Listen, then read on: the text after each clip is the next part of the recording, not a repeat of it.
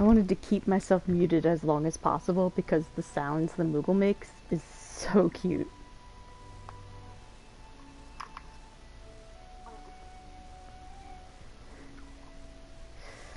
Alright, hold on.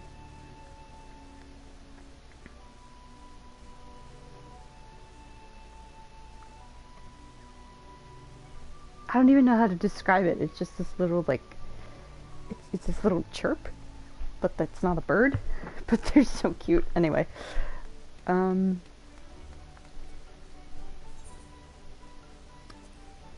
can't remember where we are. In New Game Plus, anyway. I think we finished part 2. I think that's what it was. Hell if I can remember what the fuck the end of part 2 was. I'm sorry, I can't recap you much. Oh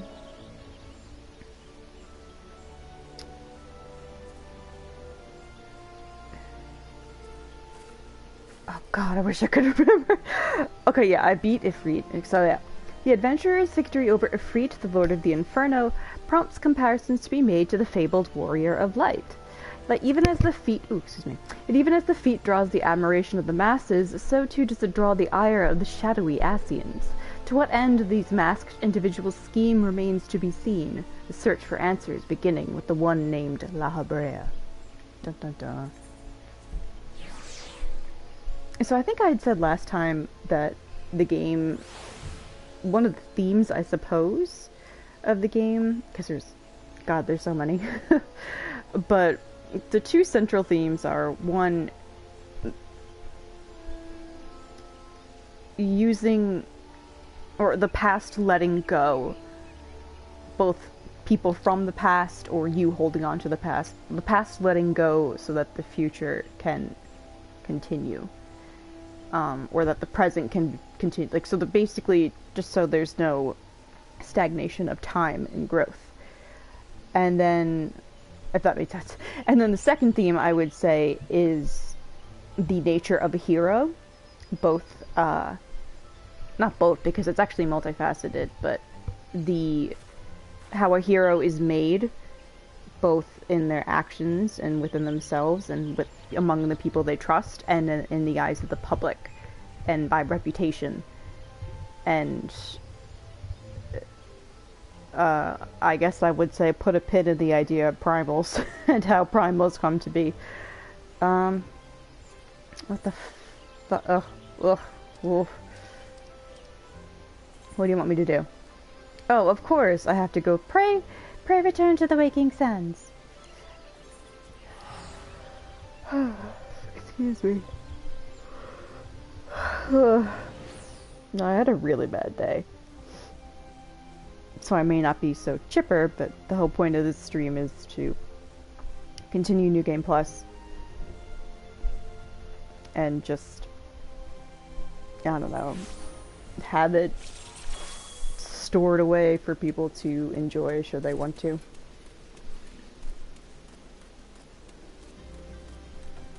Oh, wait a minute.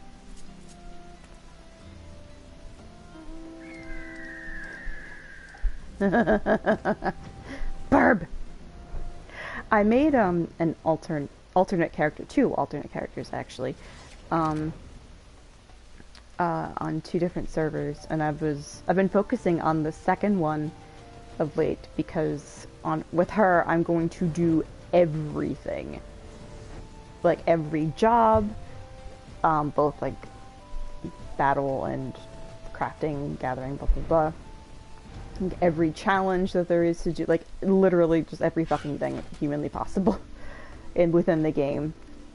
But then I've just been focusing on her because you can get the Final Fantasy XV car but you need a certain amount of like in-game money for it, and I've just been grinding the money for her. I don't know why I did that to myself, but I did.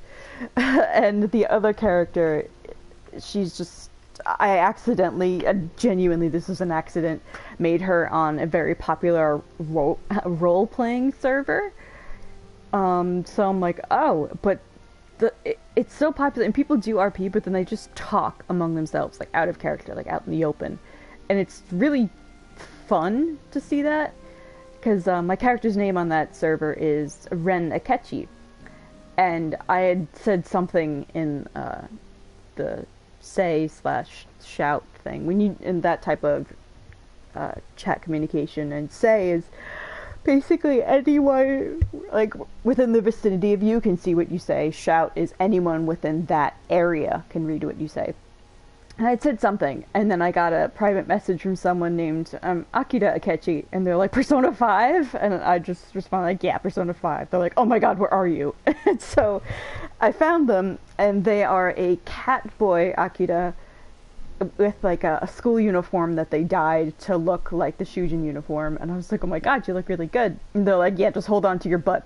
And then they changed into another outfit. It's like a dark black wings and a long coat, and again they styled it to make it look like both like the Joker outfit, but a mix between him and Arsene.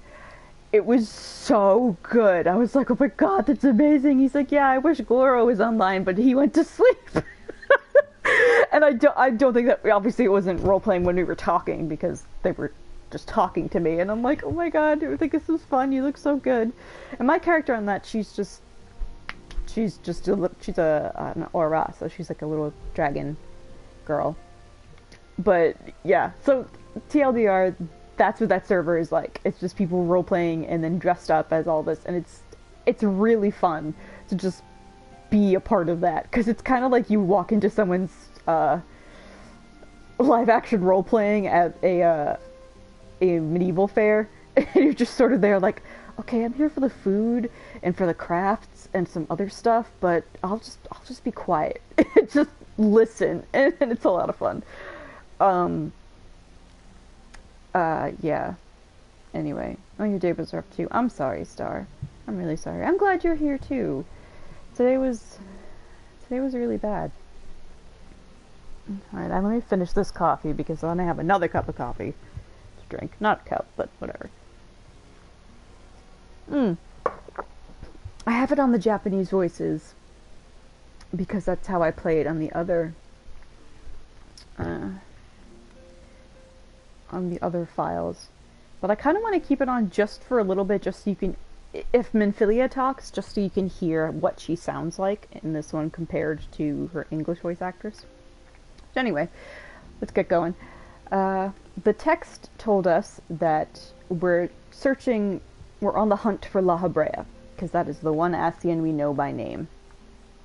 And it's been alluded to that Thancred, in all his sneaky wonder, is going to go hunt him down, or keep an eye on the Ascians.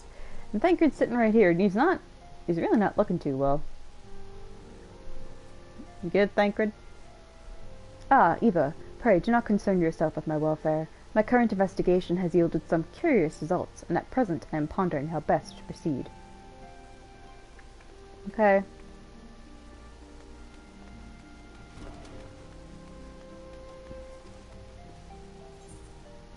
He looks worn the fuck out. Like, I love you, Thancred, but you look worn the fuck out. Alright. Nymphidia. Are you gonna be voiced? There's not a lot of voiced scenes in Realm Reborn, because they made this on quite a bit of a budget. You might be able to tell that actually with the English voice acting. It was very rushed, which isn't to say that the English voice acting is bad, not at all. In fact, I'm surprised at how good and solid most of that the English voice acting is. And then when I listen to the Japanese voices on some of the characters, I'm like, oh, that gives a totally different feel for what their personality is like. Minfilia is one of them, and there's another one we're going to meet later, towards the end of Realm Reborn, who also has that problem. But let's talk to Minfi here. Minfilia, Shadow of Darkness. Oh, sorry. That's not her title. She sounds like a fucking Dark Souls boss. No, sorry, Shadow of Darkness. Minfilia would have you investigate the mysterious La Habrea. Nope, not voice. I gave her a silly voice last time, but I have to show some respect. I am afraid there's no rest for the weary, Eva. We must delve further into the motivations of the masked man, the Ascian known as La Habrea. This is an ideal moment to do so, while our hands are not bound dealing with another primal. At present we know little and less about the Asians, only that destruction follows in their wake. I should not be surprised if these beings are behind the chaos that racks the realm. If my fears prove to be reality, we must do all in our power to stop them. Earlier, I sent word to each Grand Company to solicit cooperation. The Immortal Flames responded to the effect that they have information on a potential sighting. This is intelligence that we can ill afford to ignore. Go speak with Flame Commander Swift at the Halls of the Flames in Ul'dah to inquire further. How you go about the investigation thereafter, I leave wholly to your discretion. But whatever you do, never forget that we are dealing with the unknown. You cannot take too many precautions. Be safe, Eva. I make fun of Minfilia sometimes, where I'm like, Minfilia, what do you do?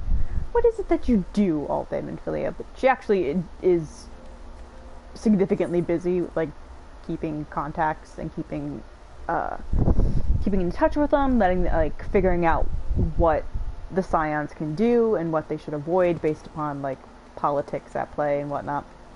And then I also, same thing. And then I also think about how she is as a person, where she's naive, but not in a bad way. Naive in the sense of she doesn't want to lose anyone. She doesn't want people to get hurt or lost, or she doesn't want to let go of anything. Not because she's immature, but because these things are so precious to her that while she knows they have to take these risks to do the work of the Scions, she wants to do all she can, even if it's just in words and well wishes, to keep them safe and let them know to be safe. And I imagine that is an incredibly difficult position to be in if you are part of the Scions, which is essentially, hey, we go up against weird, magical, awful shit that people in this weird, magical realm can't deal with. So, like, we're the last line, essentially, between the horrible magical shit and total chaos. So, my heart goes out to her, it really does. Speak with Swift at the Hall of Flames.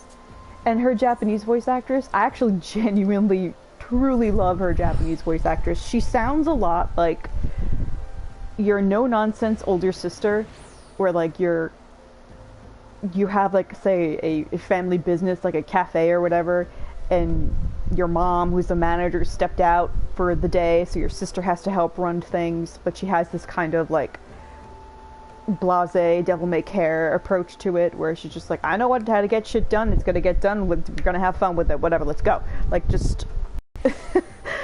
like, she's friendly, but also has this kind of determined focus to her, and that's not at all the vibe I got from her English voice actress. So for the Japanese voice, I'm like, whoa, it's my older sister. It's an One-san. The Masked Man, are you come on behalf of the Scions? Of course. Yes, we've already relayed to Lady Minfilia. There has been a sighting of this rogue near about Eastern Fenelon. A brass blade stationed at Highbridge described him in detail when they alerted us to suspicious activity. I would point you to the witness, but I'm afraid he died not 2 days ago, slain by a marauding horde of Kikern. Fate can be a cruel mistress. But do not be too quick to despair. Okay, a Kikern, by the way, it's basically like a walking rat, like a walking mole. So that guy, no, not even that, a duck-billed platypus. So that guy got killed by a duck-billed platypus. Which, I mean, I'm pretty sure their claws are poisonous, so that kind of makes sense, but man, that's a shitty way to go. Anyway, do not be too quick to despair. Being situated on a trade route, Highbridge sees its fair share of travelers. Folk are always coming and going, and some among them may well have caught a glimpse of your target. You could do worse than speak to a merchant named Hihibaru. The fellow's always starved for customers, and he'd no doubt welcome your attention, whether or not you have coin or the mind to spend it. Also, I don't know what your schedule is like, Star, or how late you can stay up, but I'm honestly planning on streaming for quite a long time. Because, yeah. It's just one of those days. You don't want to wake up and everything sucks. A Limp Bizkit. I remember being in middle school and listening to like a variety of things like Britney Spears and Backstreet Boys and Nine Inch Nails and Korn and Limp Bizkit and Dillinger Escape Plan, Fiona Apple, like all this stuff. And I remember looking at the new metal band names. I'm like, why are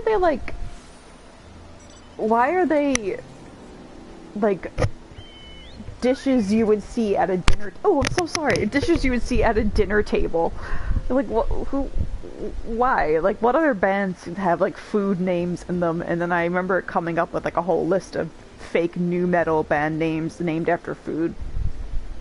But I can't remember what that was because that was well over 10 years ago. Stay up and touch a minute at least. Okay, don't stay up later than you can on account of me. By all means, please do not do that. Even if it's just kind of me talking into the void or nobody, I will stream this to keep, you know, the VOD up.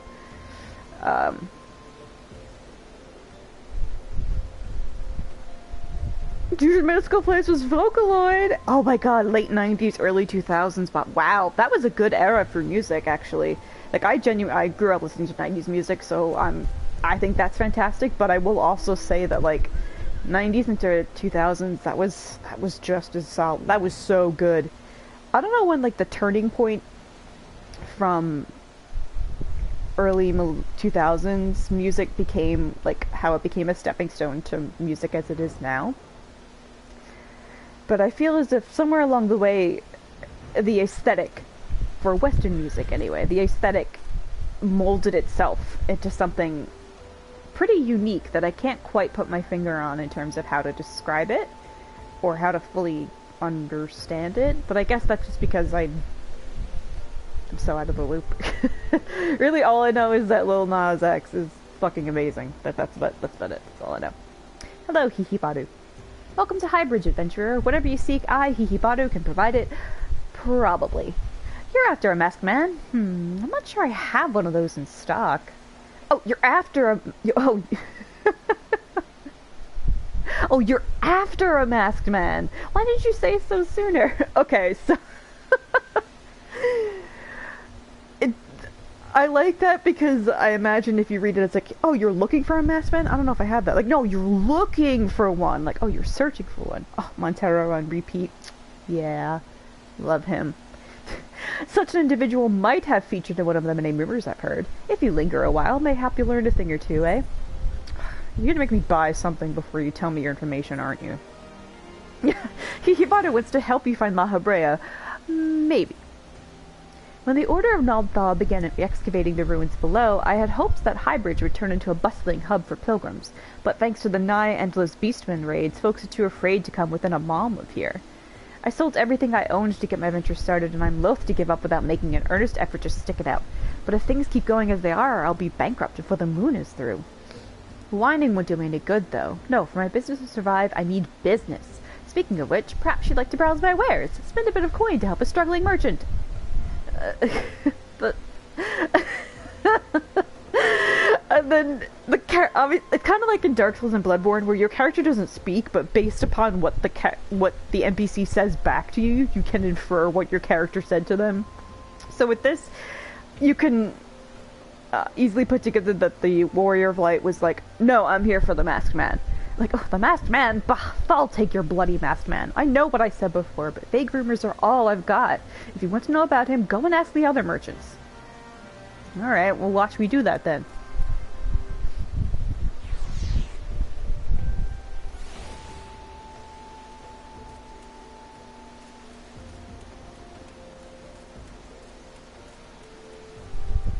Absent-minded merchant. On the trail of a masked man. I have heard of him, but only in hushed tones and faint whispers. It's said he wears a black hooded robe and looks right suspicious. And that's about all I can say, little though it is. Okay. I mean, I could have told you that for free. Technically, he did tell me that for free, but, like, I knew that. Although I suppose collecting this information lets you know that, hey, La Habrea actually was here. It wasn't some other chump. Have I seen a masked man wearing a dark robe? No, I haven't, nor do I wish to. Business is bad enough without shady characters lurking about. folk have been given Highbridge a wide berth because of all the Kakern raids. None but the most devout of pilgrims willing to come here anymore. You know what would help deal with these angry, marauding duckbill platypusi? A whirligig chainsaw from Bloodborne. So you could just R2 it and hold it down, just stand in front and like lawnmower them all to death. That was pretty violent, but you know, like, they probably deserve it. Probably. Where the fuck am I supposed to be? Oh, I'm supposed to be over there still. Oh. I haven't gone through my semi-yearly... Where the fuck am I supposed to be? My semi-yearly... Oh, not even on this side. Dark Souls Bloodborne replay. I was supposed to do that in the spring, but life got pretty crazy, so I didn't. Whoopsie, went in the whole wrong direction. Sorry. Also, I love that it's pouring rain in the desert. Not that I think that's weird. I'm not saying that in like some narky way. Just, no, truly, genuinely, I'm like, I love that it rains this much in the desert.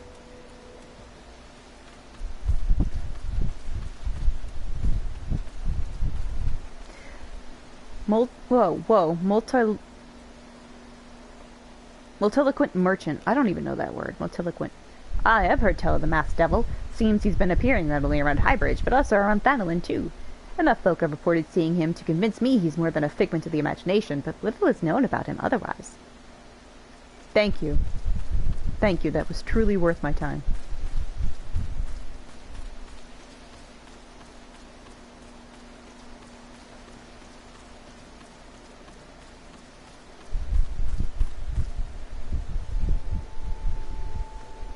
Judging by your expression, I take it you didn't learn much of use. Look, I'm sorry for my rudeness earlier. It's just that things are tough for us merchants at the moment. The Kakern raids are so constant, so organized, we're beginning to suspect that someone is orchestrating it all. I tend to put my own welfare first, like most of us do, but that doesn't mean I'm a bad person. I promise to keep an eye out for your masked man. If I see or hear anything, you'll be the first to know. Aw. Thanks, little guy. Where there is smoke. Yikibado is information that will surely lead you to La Habrea. Uh-oh. I finally got some honest-to-God's information on your masked man. It happened while we were just standing here and doing nothing for 2 seconds. Why so confident? Because I saw him with my own 2 eyes. Again, in the past 2 seconds when we did nothing and didn't move. I was out for an evening stroll. These things are level locked, so you're supposed to come back here at a higher level, and then some time will have passed, so then it makes more sense that he's saying this, but New Game Plus is just silly. I was out for an evening stroll, minding my own business, when I noticed a column of smoke rising from a cliff over Thal's Respite. Respite? Respite.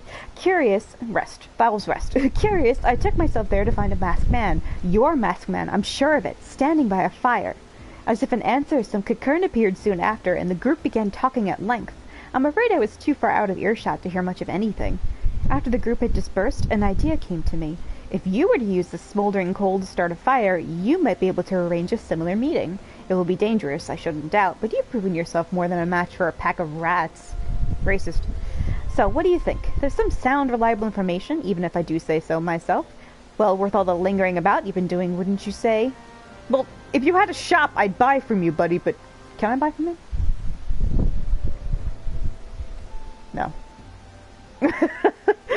Like, listen, if I could, I would, but I can't. So I don't.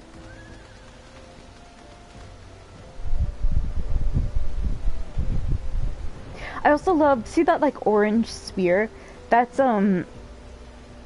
technically it's crystal, but it's like, ether scarred and gouged land because of the calamity that's just been, like, twisted and thrown up into the earth. And then when it's foggy or when it rains here, it just looks like... It just looks so creepy. Gridania doesn't really have that because it's all woody and shaded, but there's, like... The further north you go, there's, like... There is some land like that, and there's, like, the gutted wreckage of Dalamud, the moon. Just, like, crash-landed right in the middle of that area, which is so creepy considering how pretty and peaceful Gridania looks. And there's a bunch of this kind of stuff in La Nocia, but we haven't really explored there that much.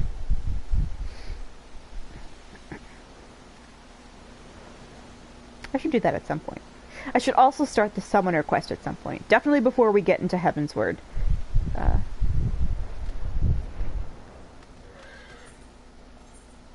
Oh, Smoldering Coal. A red-hot piece of carbonized wood that, when placed on wet wood or leaves, will create a billowing tower of smoke that can be seen from Malms. Malms!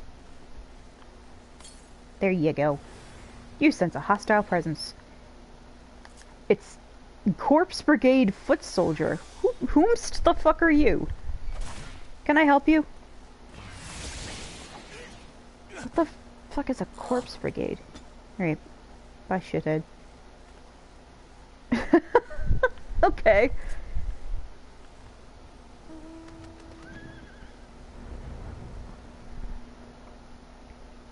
Corpse Brigade. Trying to remember. Whomst. I say that a lot, but I mean it every time.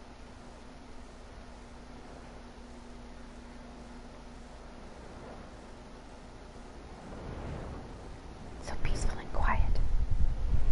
That's another thing. The maps in The Realm Reborn, they don't play music all the time. It kind of like fades in and out.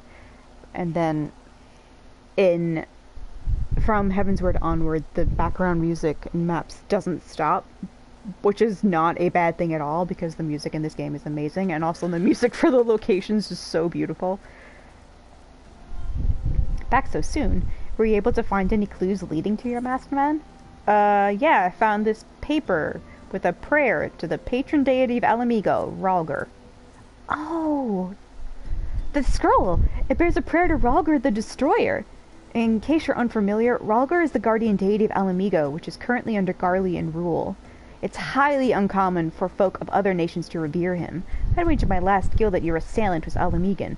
Alright, this is gonna plant the seed for why I fucking hate Alamigo, and why I think they're better off under Empire rule, no matter how terrible the Empire is, because fuck Alamigo, okay?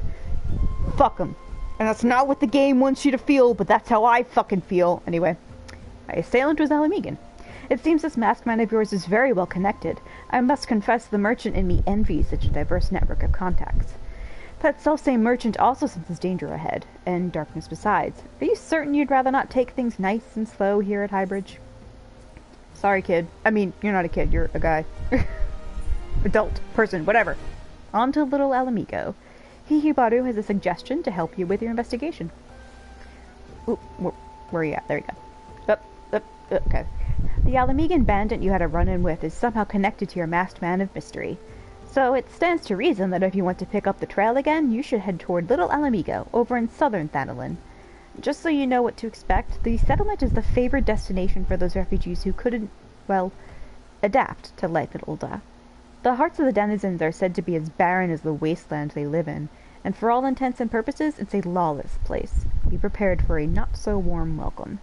Now, I'm not certain how much a help she will be, but it just so happens I have a daughter who has, relocated to Little Alamigo. Her name is Hihira, and it shouldn't hurt to seek her out first. And while you have her attention, I'd be obliged if you could send my love. Not a day goes by that I don't think of her. I suppose this is it, then. I had hoped that you would linger here a while, cull some fiends, spend some coin, what have you, but something tells me you're destined for greater things. Wherever it is you end up, I wish you the best. Aww. Aww, see, little stuff like that, like, that's a nice touch of character, and I'm gonna remember this character just for that tiny bit of my daughter's there, and I think of her every day, please tell her I love her. And then how it's like, well, I get the feeling you're going on to something greater, and you know what, I wish you well on your journey. I'm like, oh man, this guy's cool. He's a good potato. One of the very few good potatoes.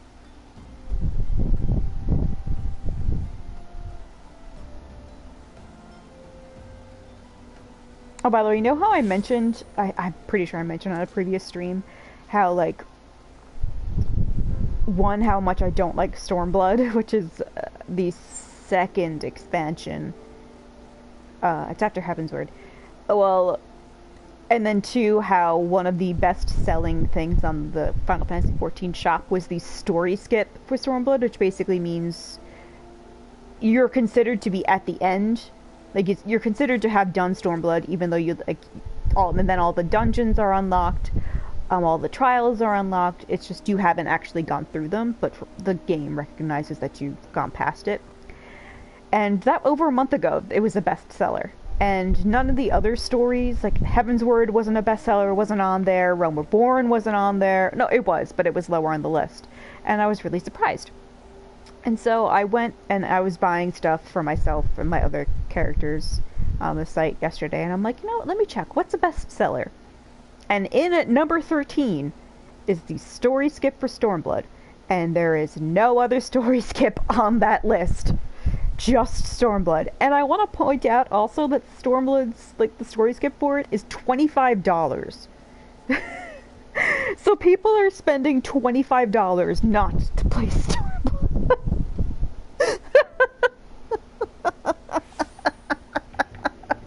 They're paying more money to avoid content.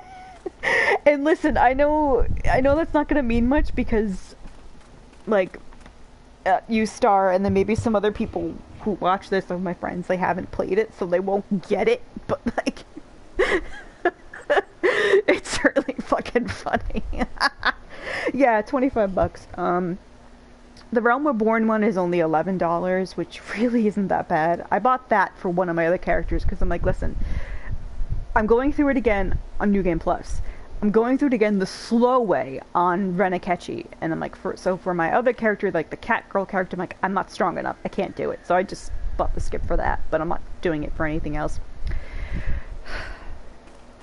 And I bring that up because Alamigo plays a important role in Stormblood, and it's, well, like, I never thought that I would hear myself out loud say about a storyline, like, you know what, you guys are better off enslaved. And I'm like, wow, that's a really fucked up thing to say. But I'm like, okay, one, these people aren't real, and two, obviously I never would say or think that in real life. But, like, fuck Alamigo. Fuck it. Fuck Doma too, for that matter, but, oh god. We'll get there, we'll get there, we'll get there. Hihira. Why, yes, Hihibaru's my father. He said, what? I wish I could be a better daughter to him. It's just that... Oh, I'm sorry. I shouldn't bother you with family matters.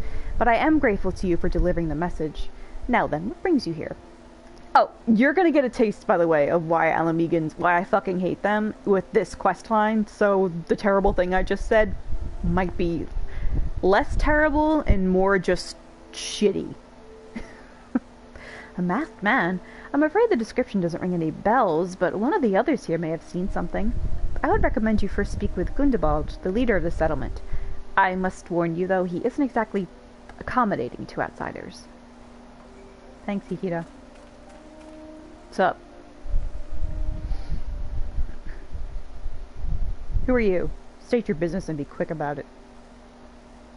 I'm the hero of the story. Looking for a masked villain, you say? And why should we help you, pray? Because I asked nicely? We struggle enough without having to answer the whim of every outsider. I mean, look at me. I'm wearing oven mitts. I can't hold anything for shit. You are not welcome here. Be gone. Thanks.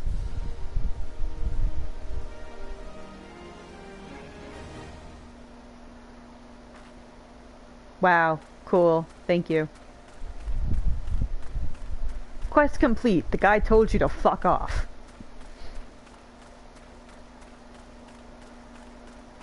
Hey, you want to help me out, Flame Commander? Tea for 3. Gisilbert would like to aid you in your manhunt. Well met, adventurer. I'm Gisilbert, head of security here at Little Alamigo. I heard tell that you had business with Gundabald. Knowing the bristly old bear, I don't doubt he told you to bugger off. Owing to their hardships, the refugees don't trust anyone but themselves. Makes sense. Not even my men and I can get so much as a word of thanks out of them, despite watching the place day and night.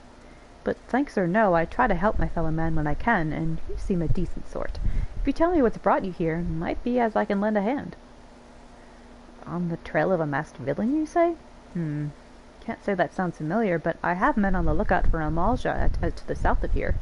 If there's been any suspicious activity, they are like to have seen it. I had a mind to take them each a cup of sweet vanillin tea so as to lift their spirits. If you were to run this little errand in my stead, they'd be all the more willing to tell you what they know. Yeah, I'm gonna deliver some sweet tea. Yeah, get on the burb. Deliver some tea. We got this.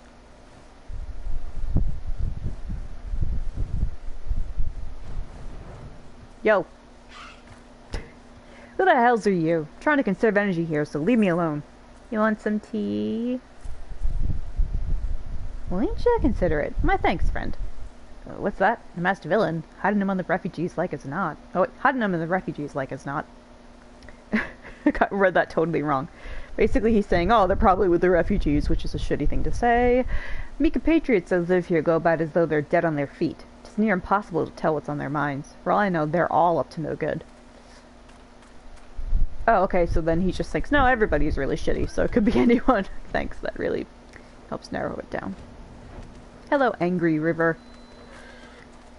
You there, are you an Amalja? No? Then carry on. Okay, here you go. Whoa, whoa, it just reached through his stomach. Ah, the sophisticated aroma. It has been forever since I had a drop of sweet vanillin. I'm going to enjoy this. What? The masked man?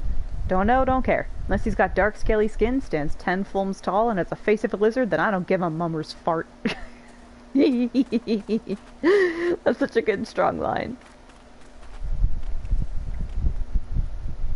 Yayazuku. Okay, Yakuza, tell me.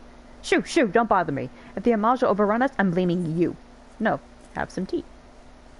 For me? You shouldn't have. Sorry, a suspicious masked man? As a matter of fact, I caught a glimpse of someone fitting that description during patrol. Well, I couldn't quite make out whether it was a man or not, what with the mask and the robe, but assuming it was a he was talking with some Alamegans. I assumed he was one of them.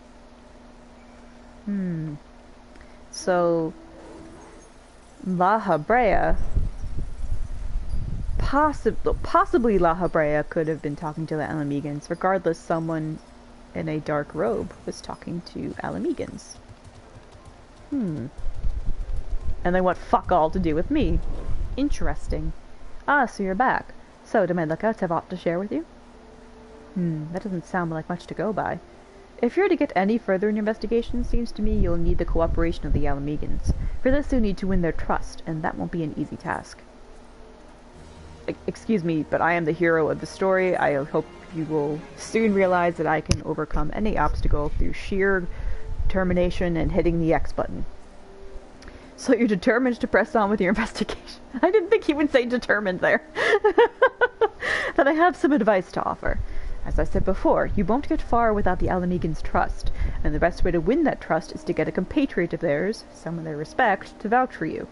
Coin does the talking in Old Da, but the Alamegans are bound by something far stronger, if not as tangible, a common purpose.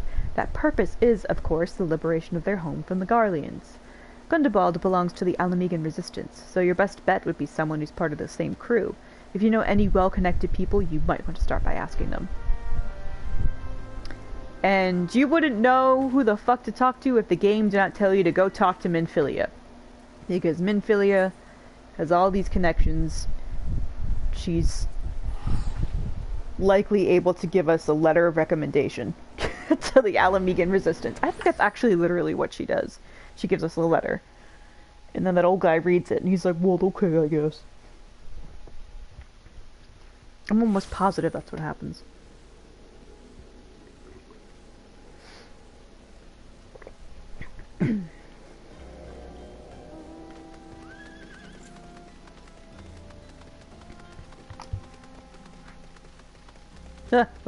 Running into walls.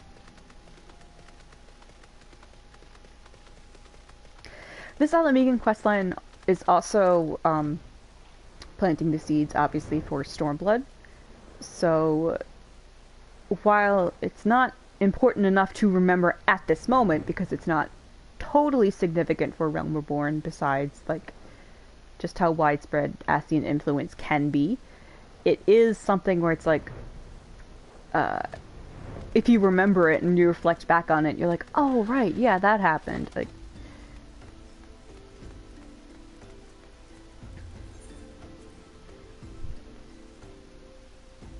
was kind of just like, oh, this is a surprise tool we'll need later.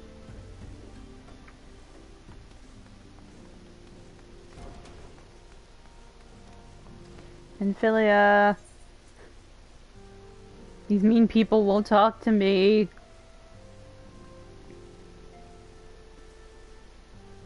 Welcome back, Eva. How fares the investigation? I see. Given all that they have suffered, it is of little wonder the Alamegan refugees have lost faith in their fellow man. They have had their homeland taken from them, and for the past 2 decades have had to see it remain in the enemy's clutches. To compound matters, none of the 3 city-states had the means to take in all those who were displaced. As a result, a great many Alamegans now live on the margins of society, suffering poverty and discrimination. That more could be done to ease their hardships. I fear that nothing short of reclaiming their homeland would be a lasting solution. But let us deal with one problem at a time. Returning to the matter of your investigation, it just so happens there is an Alamegan native among the Scions. I should be pleased to introduce him to you.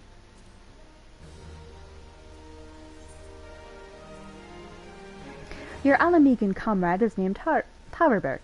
He joined our cause in the hopes that he might find a way to liberate his homeland. While he spares no effort towards that endeavor, I have no doubt that he would be glad to assist you. If I recall correctly, Harbert is currently between missions. Try looking for him in the storage area. Try looking for him in boxes. That's where we keep him.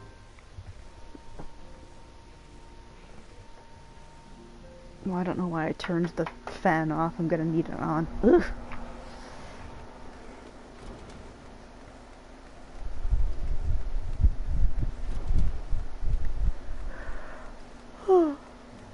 Oh yeah, you could come here and like talk to the Scions and other people in the group as they hang out, which I can go around and talk to them just to see what they say. If it isn't Eva Bartage, the Scion's rising star, is there aught I can do for you? Can you give me a letter of recommendation so they'll talk to me? Do you wish to win the trust of the people of Little Alamigo? That is a daunting task, my friend, even for our own countrymen. I would like nothing more than to help, but I'm afraid my name no longer carries weight with that lot.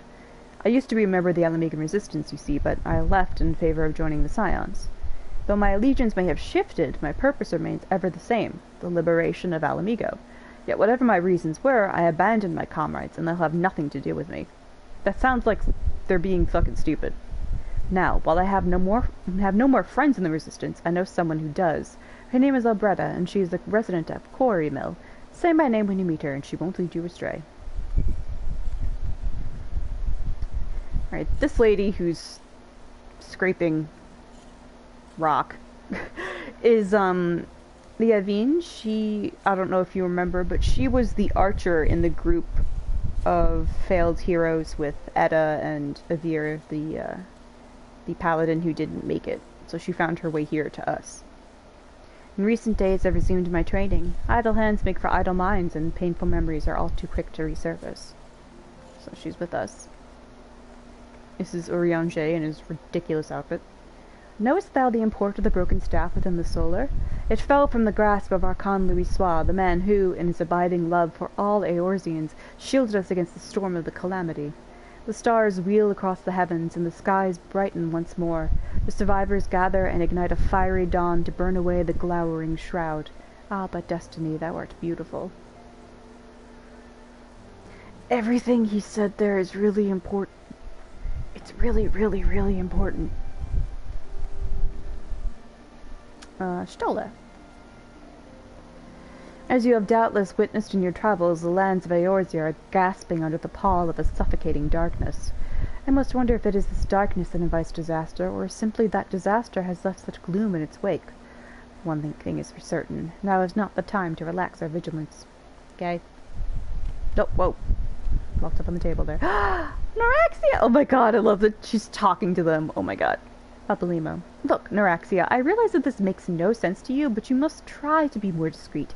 Years ago, a law was enacted in Ul'dah whereby... Please just trust me and stay out of sight.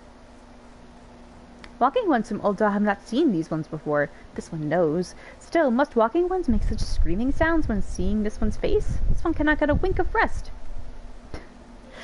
Oh, no, I spoke to you. Ida, what do you have to say? Noraxia and I both wear a mask. We're going to get along famously. I just know it. I love it. She's like, you know what? It's lettuce. It's flying lettuce. I don't care. We both wear a mask. That's it. Boundaries crossed. We're buddies now. She... Realm Reborn Ida is so fucking cool. I love her so much.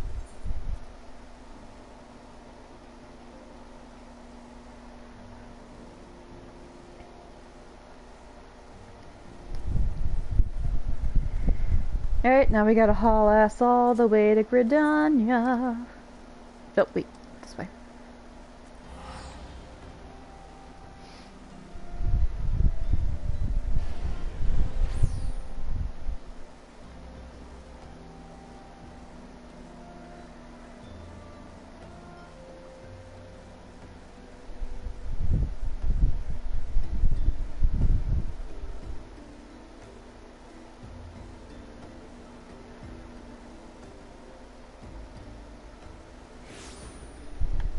Ooh, foggy.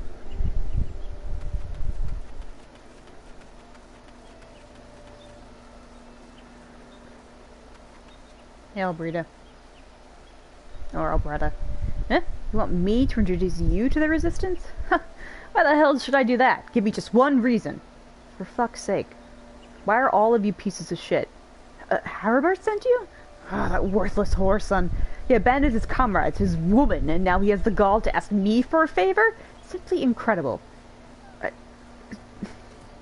I hate them so much. I mean, I realize Haribert was only doing what he felt was right. He's a good man, and if he trusts you, then that's all I need to know. Oh, okay, thank you, you're a reasonable person. You see that bloke there? That's Mefred, a captain of the Resistance. I hope he can give you what you need. Oh, you mean the guy right behind me? Within shouting distance of this conversation? Okay. Hey, Mefred.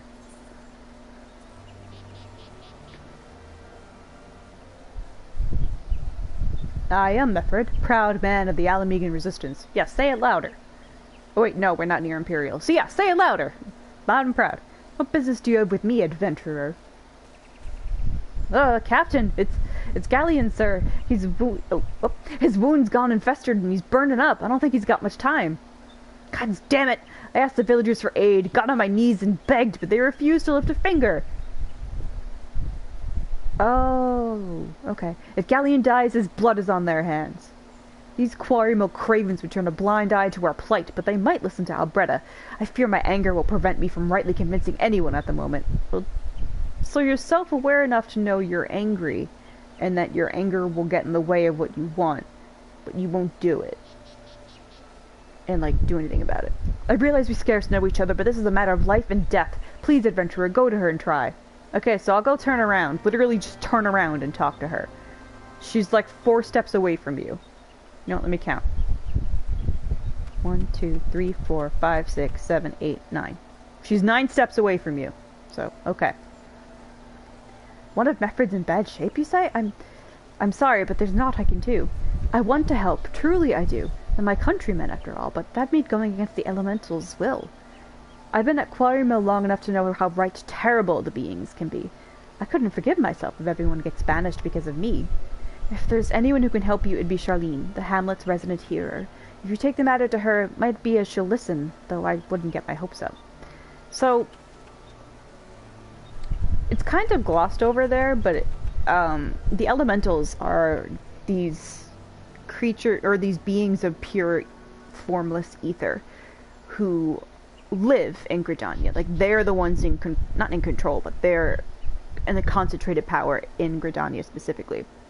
And the only reason why humans are even allowed to live in Gridania is because there's a balance between them, where like they listen to what the elementals want. If the elementals are in pain or angry because of some contamination in the forest or some danger that's going to come in and threaten it, like they do what they can to help them, like to pacify them. It's kind of like, I don't know how to describe it. It makes it sound more awful than it is, because it's really more like humans and white mages that live here have to take care of the elementals, because the elementals are otherwise powerless to do anything to keep themselves safe. And in return for humans keeping them safe, the humans then will listen to what the elementals want. And one of the major things is the elementals will, I guess, pretty much decide not who's allowed to live there, but things have to be done through their permission. So, the reason why the Alamegans apparently they're wary to help them is because the elementals don't really know them or are unfamiliar with them, so they're wary. And then this sounds strange, but then you have to think that the calamity happened 5 years ago and irrevocably changed the minute atoms within Eorzean soil, so beings of pure ether are probably like, what the fuck, to anything they don't know.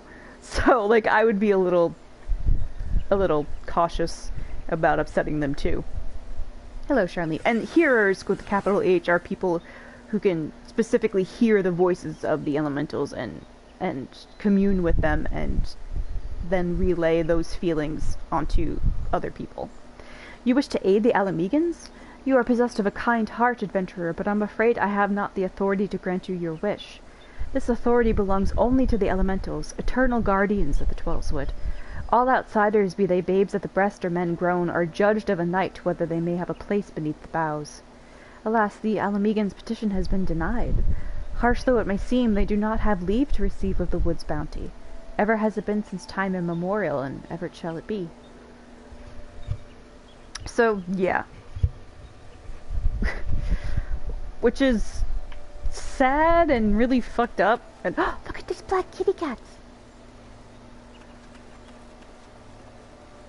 But then you also want, considering how old Da treats them, you're like, is this just an excuse that they're using? Or, like, is it true? Like, the elementals do, in the White Mage quest, you see the elementals do get really fucking pissed when they're scared or hurt. Like, they will actually send things to attack the hearers and the White Mages. If the elementals are scared enough, they just lash out. So, I tend to land on the side of, yeah, that's true. It's not just, they're not saying it as an excuse. That's how it's to be then. The bloody hero might as well kill Galleon herself. You know, all the time you've been spending complaining about it, we could have done something to try to help him. Spit on the elementals and spit on their bloody will. I cannot wait until the resistance is free of this place. Oh my god. Wow, maybe this is why they don't want to help you, because they see you're a douchebag. Helping Horn. I led my men to Quarrymill hoping to find refuge. Instead we found indifference. The cold-blooded bastards here want us out, and I can't oblige them soon enough. The problem is, some of mine aren't fit to travel. Hell, Scallion can't even stand. As you well know, I can't stand either. As you well know, the people of this accursed hamlet won't help us, so I have no choice but to turn to you, adventurer. In my homeland, long antelope horn is a traditional remedy with poison-purging properties. If you would bring me, say, 4 horns, I'd forever be in your debt. God, I hate everything about you. Oh, wait, this is to go up north.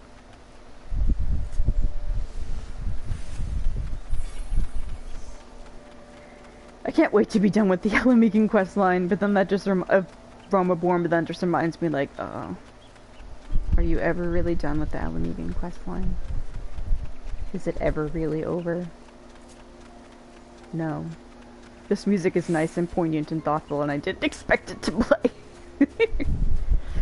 Okay, 1, 2. They make horrible sounds when you kill them. Sorry. 3, 4.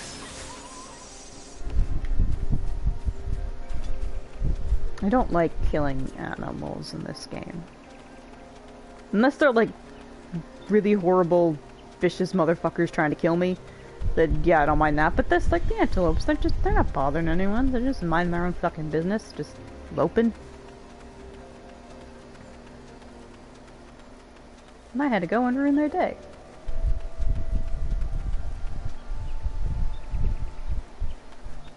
Right here, buddy. Oh, you're back. Tell me you've got 4 horns with you. I've got 4 horns with me. Oh, you're a god-sent adventurer. Praise Roger, there's at least one woman in this place who gives a damn. Ugh. Now we just need to find a way to prepare them. You wouldn't happen to know a man named Buscaron, would you?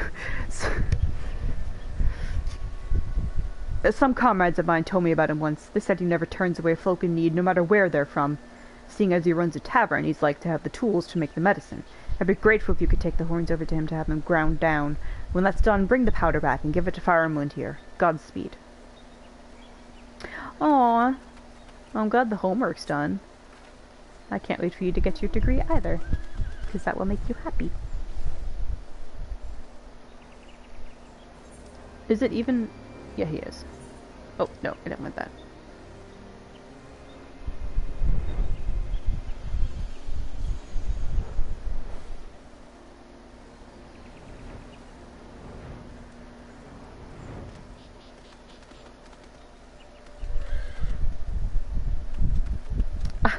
I don't know. Is there a way to turn it off? Who brought their chocobo in here? Aw, what a cutie. Hello, little guy. I wish you could pet them, but you can't. Ah, Eva, ever a sight for sore eyes. You only have the one eye, so technically it's sore eye. How fares the adventurer? Rolling in the coin like there's no tomorrow, no doubt. You got something to show me? Pain and agony. Agony and sorrow! Oh, I can't wait until that joke makes sense. Well, these look like good old antelope horns. Need them ground down and make a medicine, you say? Ah! Here's a better idea. I'll give you some of the stuff I have in my stores. I am no stranger to the remedy. An Alamegan friend once used it to treat my festering wound years and years ago. Safe to say he saved my life. What's that? Is for an Alamegan soldier in Quarry Mill? So it comes full circle. Well, I hope it helps the poor sod as needs it. Oh, and don't worry your little head off about payment. I still owe you a deal more than you owe me, I reckon. Well, thanks, buddy. Oh, the chocobo? Yeah, you haven't seen tiny chocobos. The Lalafell, the tiny little terrifying potato people, their mounts, certain mounts anyway, chocobos specifically, will adjust to the size of the Lalafell, so they get, like, tiny miniature chocobos. And it's really, really, really fucking cute. Hopefully we see one so I could obviously point it out to you, because, oh my god, it's so precious.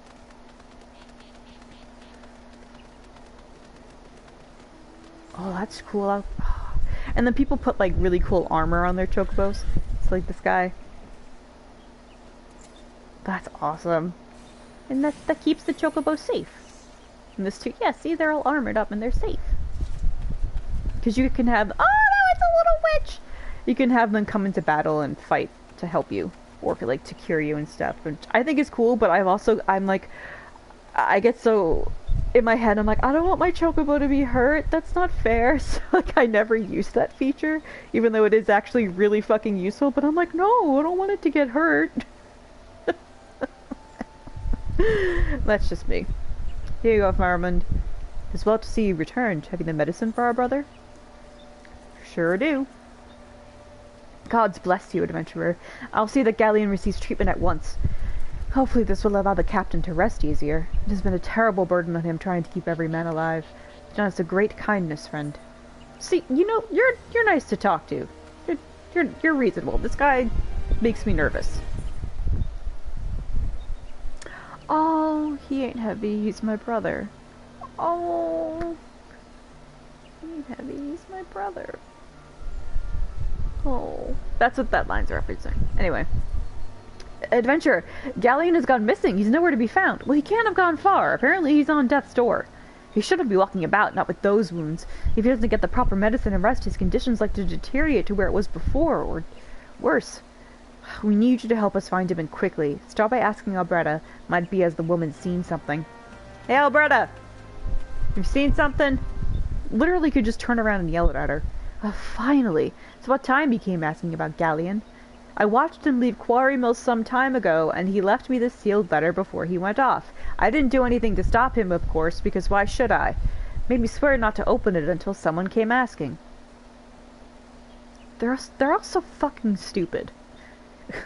My brothers, I cannot bear to be a burden any longer. That is why I must leave you all. Do not worry for me. Just find your way safely to Little Alamigo. Blast it. Would that I'd known what he was thinking. I'd have stopped this folly myself. The love Galleon bears for his brothers is so strong he's willing to sacrifice himself for them. Which is dumb because he has medicine that was supposed to fix him. So he took the medicine, and then walked off to die. But make no mistake, entering the wood in his weakened state is suicide. Hey, Meffred, you hear all that? Out in the wilds alone? That fool! The great big sentimental fool! Ugh. My men and I will scour the wood for Galleon. Please help us find him before something terrible happens. God, I really could not give a fuck less about you people. Track down Galleon. Alright, where is he?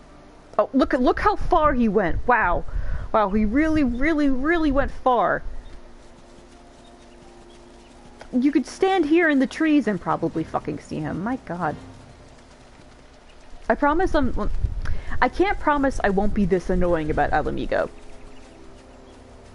I can promise I will try not to be this annoying about Alamigo. Watch out! A goblin! Really? A goblin? A goblin? That's what you're afraid of?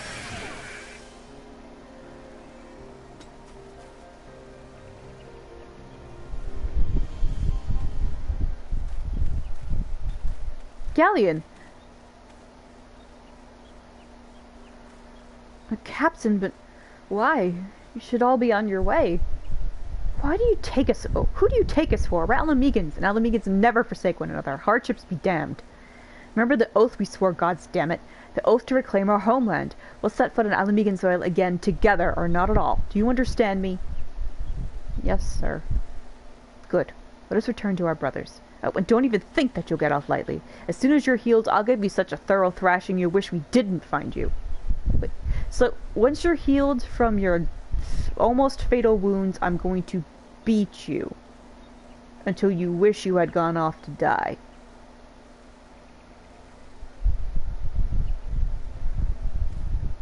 I can't thank you enough for saving Galleon. I will see you back at Quartermill. I never want to see you again, motherfucker! The only way I want to see you again is at the fucking opposite end of a gun barrel. Speaking of which.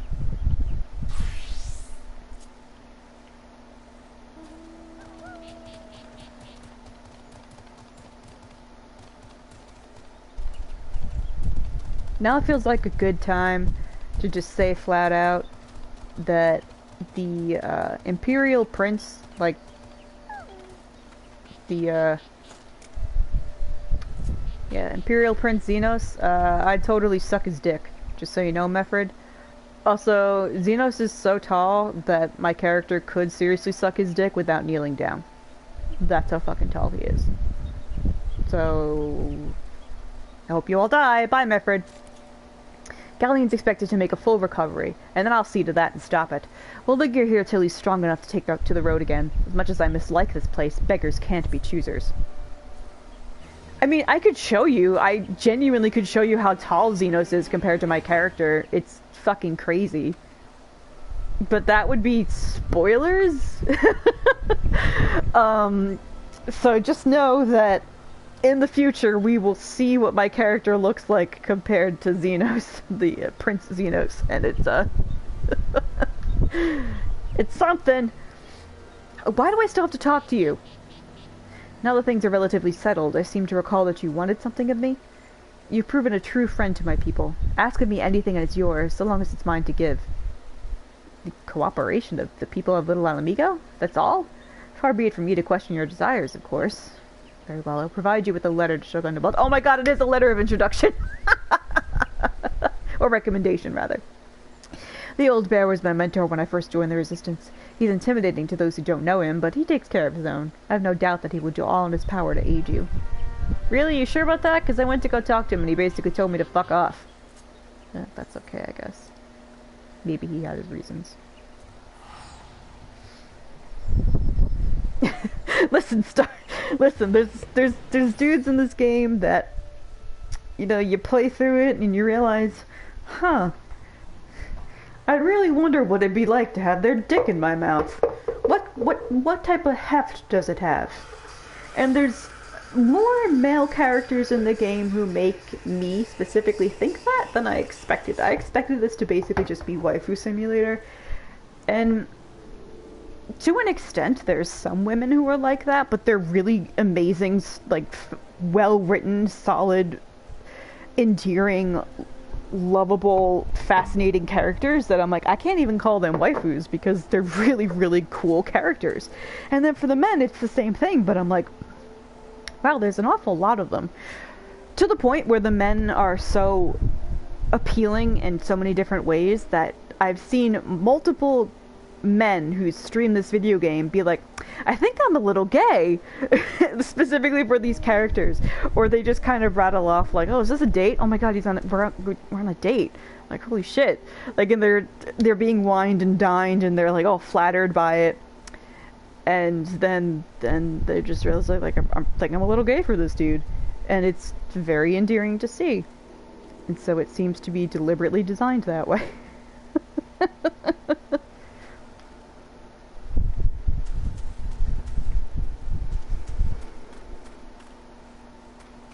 Final Fantasy XIV is a wonderful game.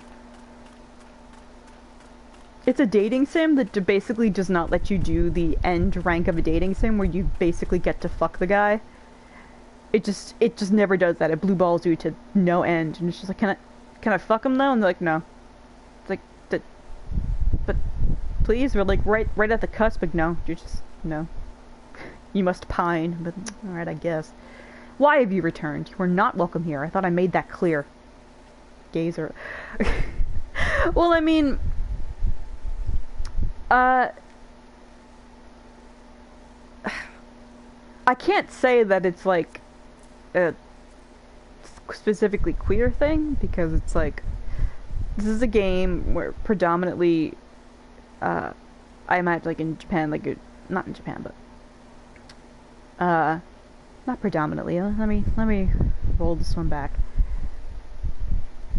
It's really more like, instead of saying gays stay winning about this, it's more like male characters written to appeal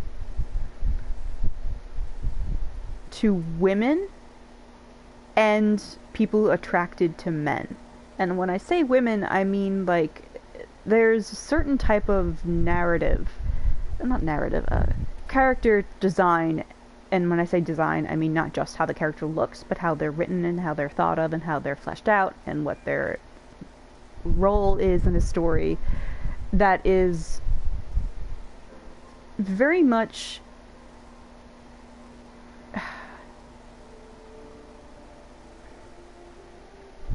an element seen in romance novels or romance fiction. And when I think of those things, I think specifically of how romance is, first and foremost, a genre for women, and whoever identifies as women, obviously. And so when I think of these male characters, and I think of how, like, well-loved they are by people who play the game, obviously it's not only women who like these characters, but I view them as being similar to male romantic heroes, which is like they're written with this goal in mind, to be not just appealing, but to I'm trying to think of how to put it.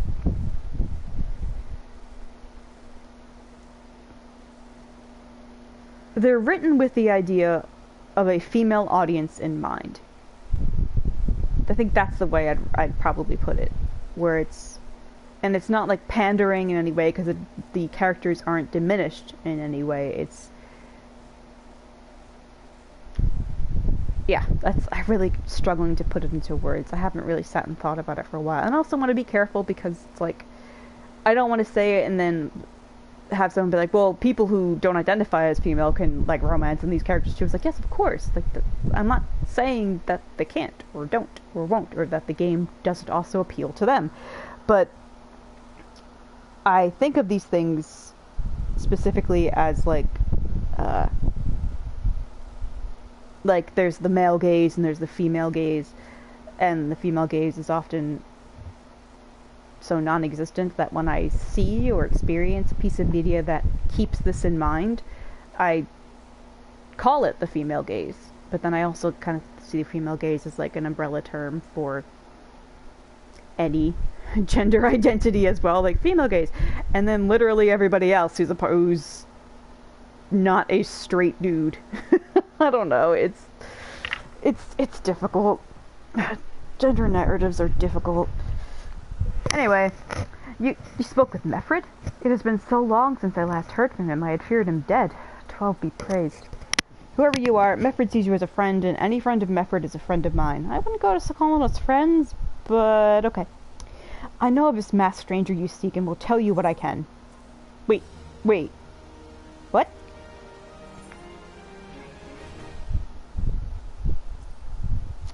An outsider resembling your masked stranger has reportedly been appearing near Little Alamigo of late. What's more, it seems that some of our young bloods are meeting him in secret. No doubt you want to question them about their trysts, but they are not like to yield the information readily to an outsider. If you tell them I sent you, though, they may well feel obliged to talk.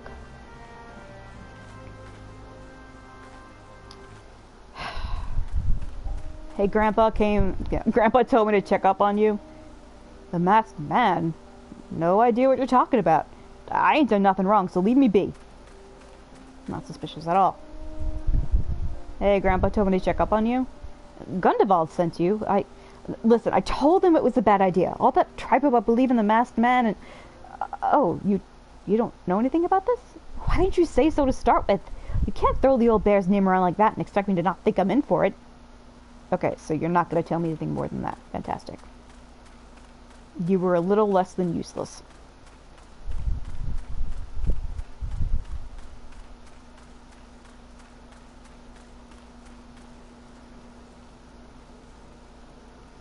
And the other ones are over here.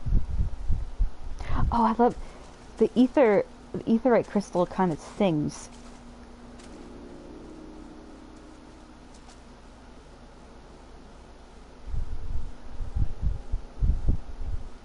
It's so creepy, but it's so pretty at the same time.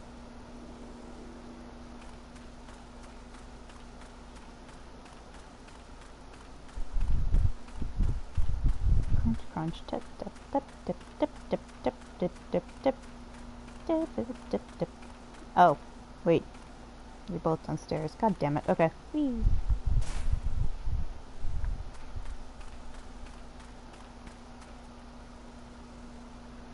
There's a bunch been skulking about right suspicious like, but I've got nothing to do with them. I know trouble when I see it, and that there's trouble, mark me words. Alright, you're the only one with any sense around here, Talbot. Siegfried. What's up, buddy? What? Have you been meeting any masked man lately? Let's see. Nope, can't say I have, but I'll be sure to tell all my friends you're looking for him. Blue Jay! Oh my god, hi! She did the same thing I did. I was playing on my my other character earlier, Blue Jay, the one on which we share a server, and then I was like, okay, I kind of want to switch back over to Eva and strum for a little bit. But I'm sorry I missed you.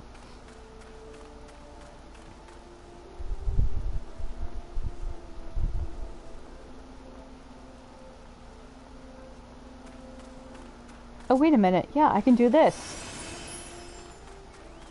And jog a little faster. God damn it. Hey, Grandpa. Oh, it's a catboy. Ooh. Well, hello. I'm going to keep him in view, because he's nice to look at. So you have indeed confirmed my suspicions about a masked man. That is most troubling. Whatever the young ones are scheming, it can lead to no good end. Nope, let us see your face. Right, bye. There's an anger inside them. I can see it in their eyes. I ought to know, for it once burned within me as well. 2 decades ago, that same anger drove me and my brothers to rise against the despot who ruled Alamigo. Naught would do but to depose him, and usher in a revolution. Well, we got a revolution all right, but it cost us our freedom. Blinded by our hate, we didn't realize we had been dancing to the Empire's tune. By the time we did, it was too late. Alamigo had fallen. There are times when a man must be patient. Now is such a time, though the young ones know this not. Unless we intervene, they are like to commit great folly. If you learn aught of their plans, I would thank you to bring word to me. So, to go back to something he just said, there was the recent ruler of Alamigo was this despotic, tyrannical king, and the people of Alamigo rose up and got rid of him because they're like, fuck you, buddy. And like the king was legitimately a terrible person, so they were right to get rid of him. But then the empire was like, oh, so you don't have a ruler? Okay, well, we own you now. And then the Alamegans are like, ah, the empire, they suck. As if it's like, yeah, they suck. I'm really sorry about that. And it sucks that your king was a piece of shit too. It's not fair. But it sounds like your Alamegan king is a piece of shit, so maybe you're not meant to rule yourself. I'm kidding. I'm kidding. They are genuinely, they have had it really rough, and I do feel bad for them. I legitimately feel bad for them about that. But it's kind of like, wow, so you went so far as to get rid of your own shitty king, only to have an empire come in and be like, free real estate. And you're like, no, not free real estate. And they're like, oh, free real estate. And then there's nothing you could do about it. Like, that sucks. That would make me very angry too. Oh, don't worry about it, Blue Jay. Hey, adventurer, you done talking with the old bear? I've got a message for you from Wilred. Lad's something of a leader among the young ones here. He's impressed that you've won over Gundabald and wants a word with you. Says he'll be waiting over the craggy area north of here. F. F. F to, oh, you know what's even better? This is not spoilers for Stormblood, but this is something I will forget when we get to Stormblood, so I have to say it here. The Empire went so far as to not just look at the country and be like, oh, free real estate, but they took the Alamegan national anthem and just changed the lyrics to be a song for the Empire instead of a song for Alamego. And it's kind of like how, I'm pretty sure one of the American national anthems did that. Or one, because we have many national anthems. Okay, let me look. I have to look this up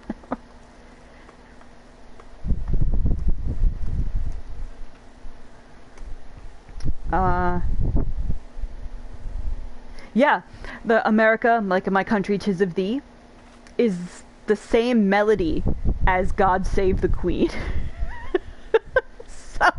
So the Empire did something America did.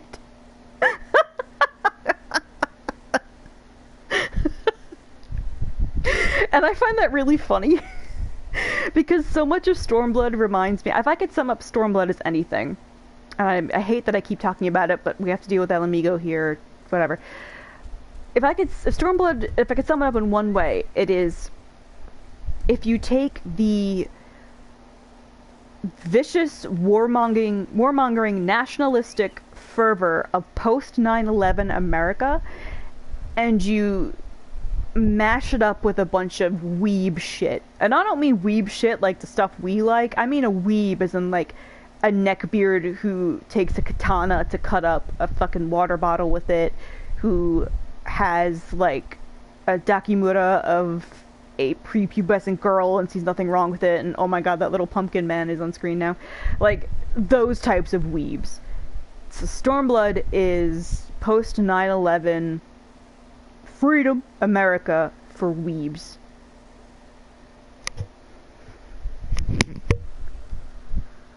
I hate it. I hate it so fucking much. No, where is it? Okay.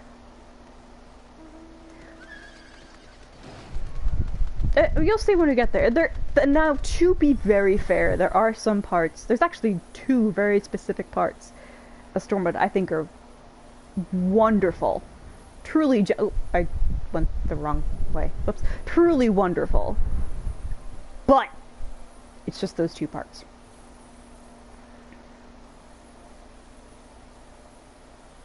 God, I'm sorry. I really didn't. This is more than.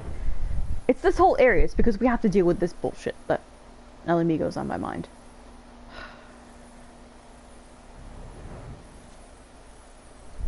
And you may think that I'm being really unfair and too hard on them. Well, look, this Wilbert guy, he's been like, yo, you've been asking a bunch of questions. Come meet me all the way out here, where there's crazy lizards, and wizards, and wasps. Hey, Wilbert, guy I don't know, part of the young ones of the resistance who are hot-headed and don't think clearly. Thanks for coming, friends. 'Tis no ordinary outsider who can gain the trust of the old bear. That's why I wanted to meet you, to discuss something in private. Tell me, why are you snooping about? Did the Empire send you, or someone else? Curl got your tongue? No matter. Whatever it is you work for, your meddling ends here. Get her! Oh, really? Okay, Alright, well, you get this. And you get set on fire.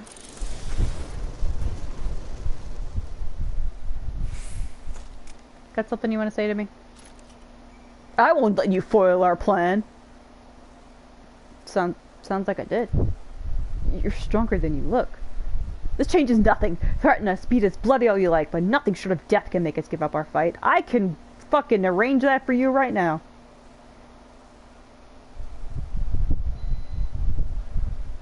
We're going to obtain the power to bring down the Empire, and with it we'll reclaim our homeland. Uh-oh. Uh-oh, that doesn't sound like a good idea. Uh-oh. I'm gonna help this guy out, because he's new.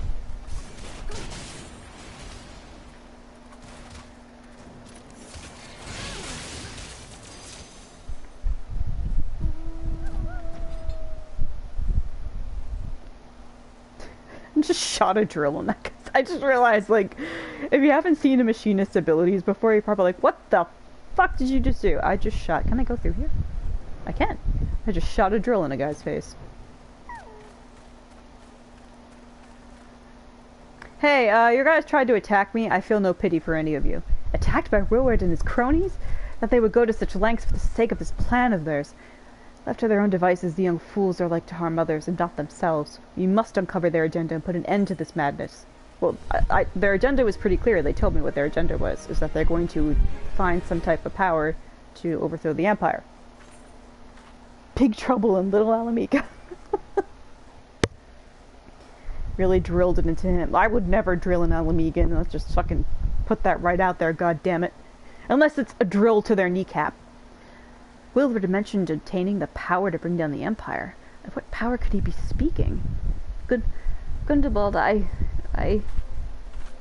walking here just fine. Bertliana, gods preserve, what happened? I went out foraging when the Corpse Brigade came. I'm not going to read the rest of this, but I will remind you that the Corpse Brigade are Alamegans. Corpse Brigade belong to the Alamegan Resistance. They laughed at me. They said that I suffer because I cling on to hope.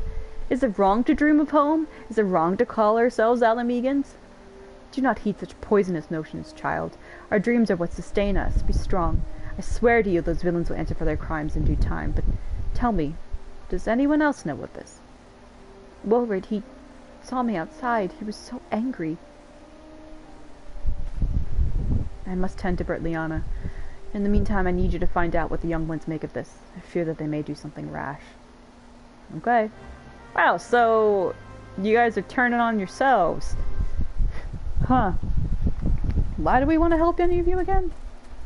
Like, I'll help Bertliana. She fucking needs it, the poor thing. You okay? You okay, honey? But the rest of you can go choke. Don't worry about me. Just being near everyone again eases my heart. Aw, okay, honey.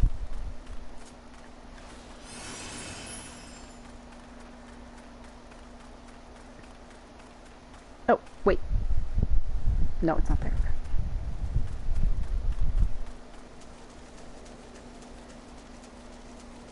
Wait. This way.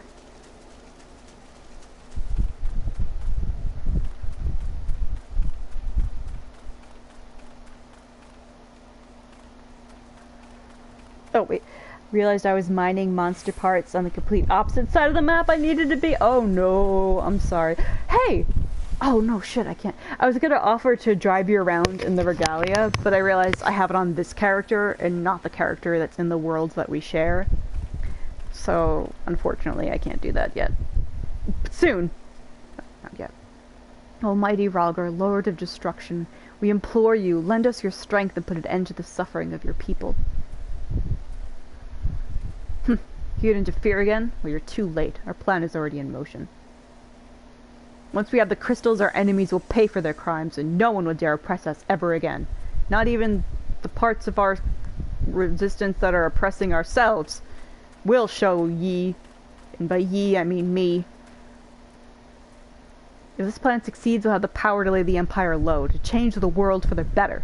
Might be as Gundabald's content to eke out an existence in this musty old cave, but I'll be damned if I'm going to spend the rest of my life here. Now, where in the seven hells did I put that bloody map? You died? If you put your coordinates in, and you, like, say, like, can anybody, like, I need a res, or can anyone resurrect me, there usually be people who will come over and just bring you back to life.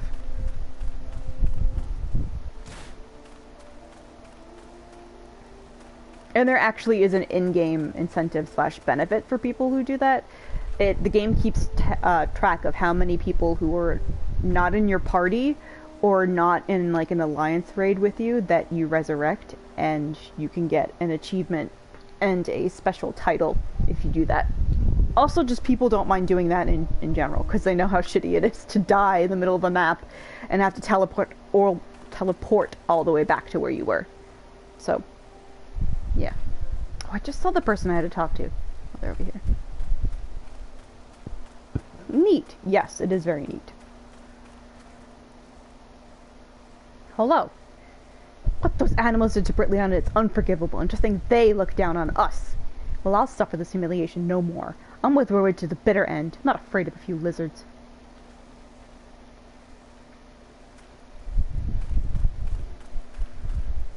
But the Corpse Brigade... Now I'm getting kind of confused, because I was told the Corpse Brigade is Alamegan. But then she's making it seem like the Corpse Brigade is not, because they think like... You know what? Let me look this up.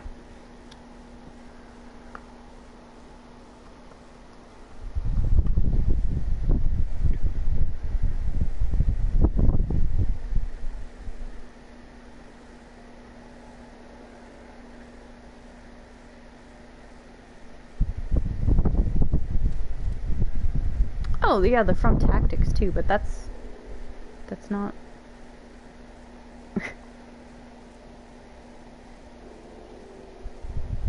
Hold on.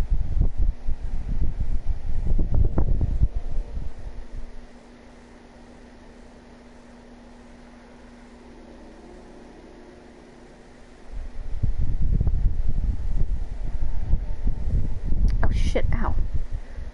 Sorry, I have a scratching problem lately, and I just scratched at my face. Damn it. Alright, I can't find any explanation of like who the Corpse Brigade are, because I was genuinely like convinced that I was whatever. You know what? Fuck them.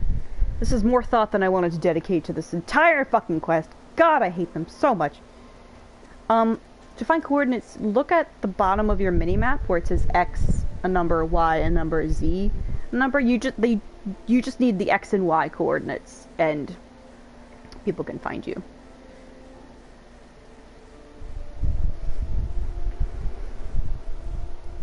And make sure you say it in like a shout, because there's say, which is just the area close to you, but a shout says it to like the entire map. Oh, ooh, hold on.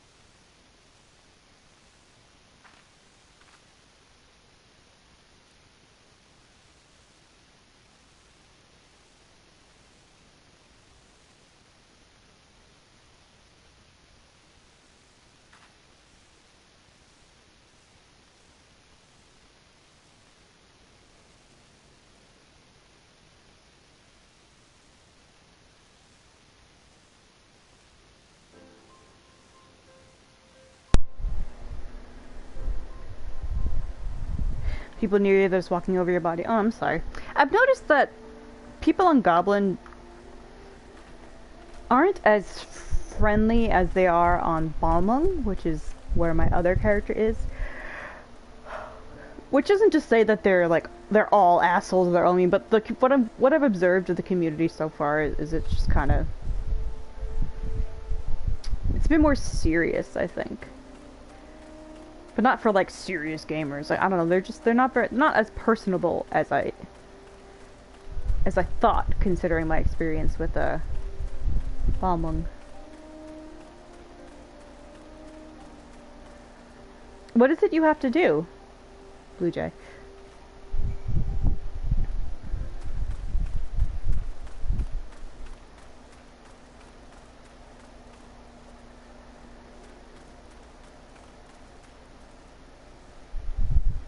Gone? The whole lot of them? Then it is as I feared. They mean to take matters into their own hands. But what exactly is it that they mean to do? They're going to take crystals from the Amalja and try to summon Rhalgr as if he's a primal. What's this? A hunting knife and a map of Zanrak. Wait, you said Wilbert spoke of crystals, did you not? But they couldn't possibly mean to...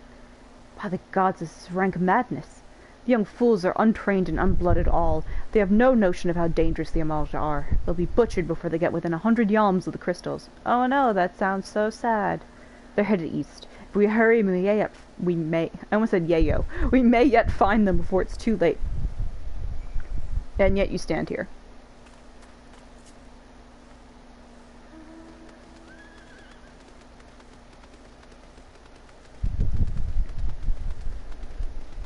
Everything to do with Alamigo is the start.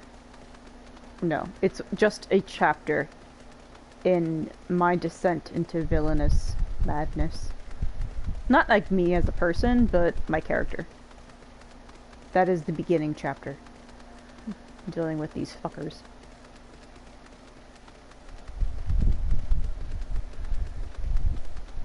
There's also a whole chapter dedicated to how she would like Xenos' dick down her throat, but that's for something else. Mine, raw, or... Wait, for what class? For mine? Okay. Oh, well, you got it, so yay. Oh no, look, they're scared and bloody and broken. We're doing this on very easy.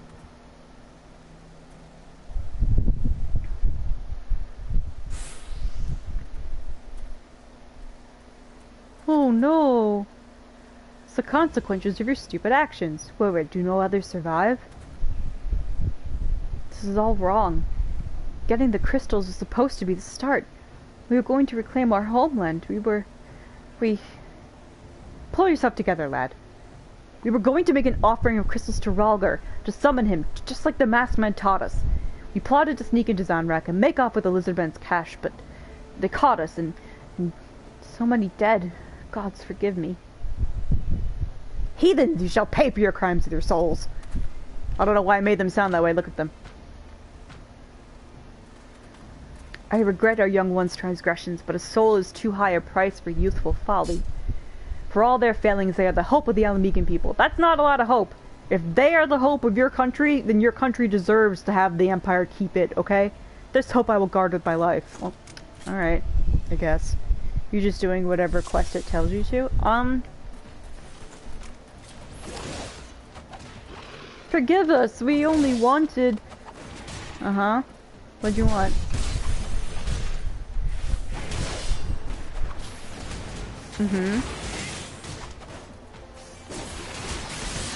If you want to do main story stuff, any quest that has like a little meteor symbol around it, that's the main story stuff.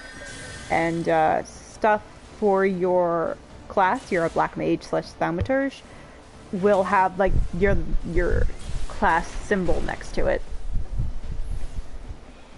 All other stuff like the little side quests that aren't marked with either of those things or a blue plus sign can be saved for later.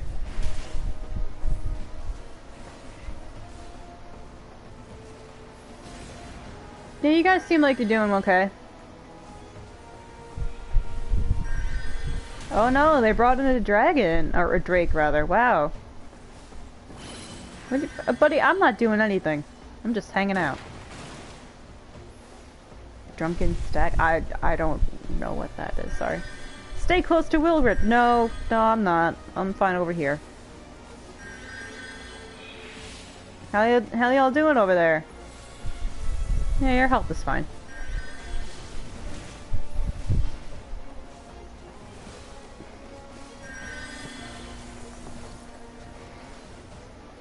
Mm-hmm.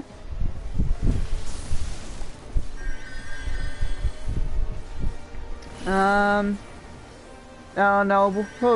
no, Wilburd's gonna die. Oh no. How awful. Oh no, he died. Oh no. How sad. I'm of a mind to just keep letting him die until, like, I get bored of it, but then I'd just be dragging out this entire section. Yes, yes, yes. Mm-hmm.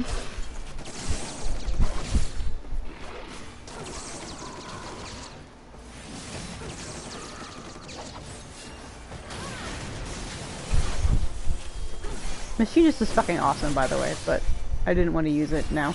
I wanted to keep going with Summoner, but Machinist is so cool.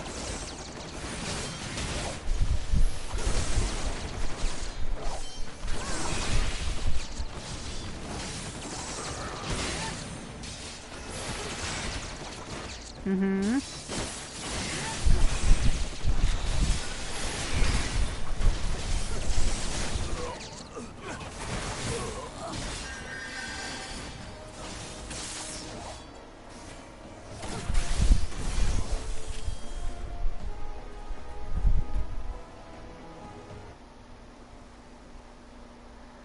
Your skill at arms is impressive, adventurer. Our wayward youths can learn much from a woman like you. The battle is won, but it would be unwise to linger here. Let us return to Little Alamigo. Wait! We've come all this way. We have to get the crystals. They're right there, ripe for the picking. Can I shoot him in the dick? Have you learned nothing, Wilbur? Did you not see those tempered wretches? Such is the fate of those who are touched by a god. Is that what you desire for yourself and your friends? What? No one said anything about... The Masterman told us we could defeat the Empire if we summoned Rhalgr. He swore. Enough. I will hear the rest of this story tale back at Little Alamigo. I dare say Evil will wish to hear it as well. No, I'm good. I don't really care about the dumb shit. Well, no, I kind of have to know, because I have to tell Minfilia about this, but... Anyway, in between all my complaints, we found out something important.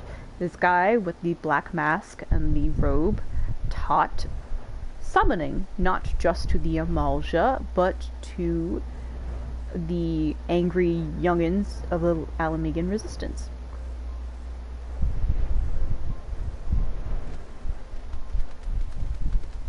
Although technically it doesn't seem like there's much to quote-unquote teach about summoning, it's more just like, hey, there's the car. Hey, you need crystals and a whole lot of faith, and you can summon your god. Although this is interesting because a primal is different from the 12 gods. A primal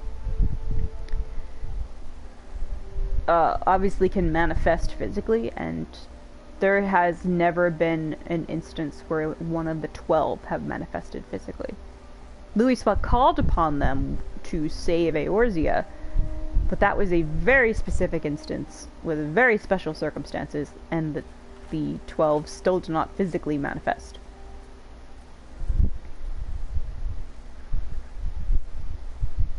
So that right there should have probably been like, hey, I don't think he'll show up.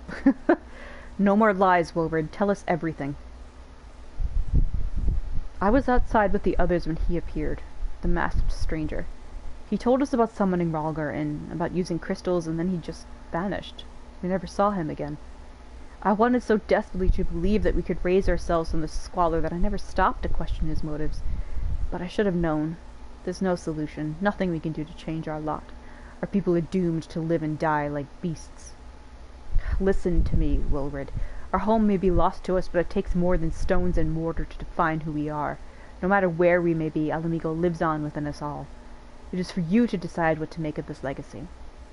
But whatever you choose to do with your life, never forget what we owe it to this adventurer, an outsider. I won't. I promise. Thank you for saving me, and sorry I tried to kill you. God, I hope you die. My thanks as well, friend. It gives us hope to know that there are kind souls such as you out there. I didn't do it because I'm nice. I did it because I had to. Little amigo may not have much in the way of comfort, but you will always be welcome here. I can't get out of here fast enough, dude. Oh, God.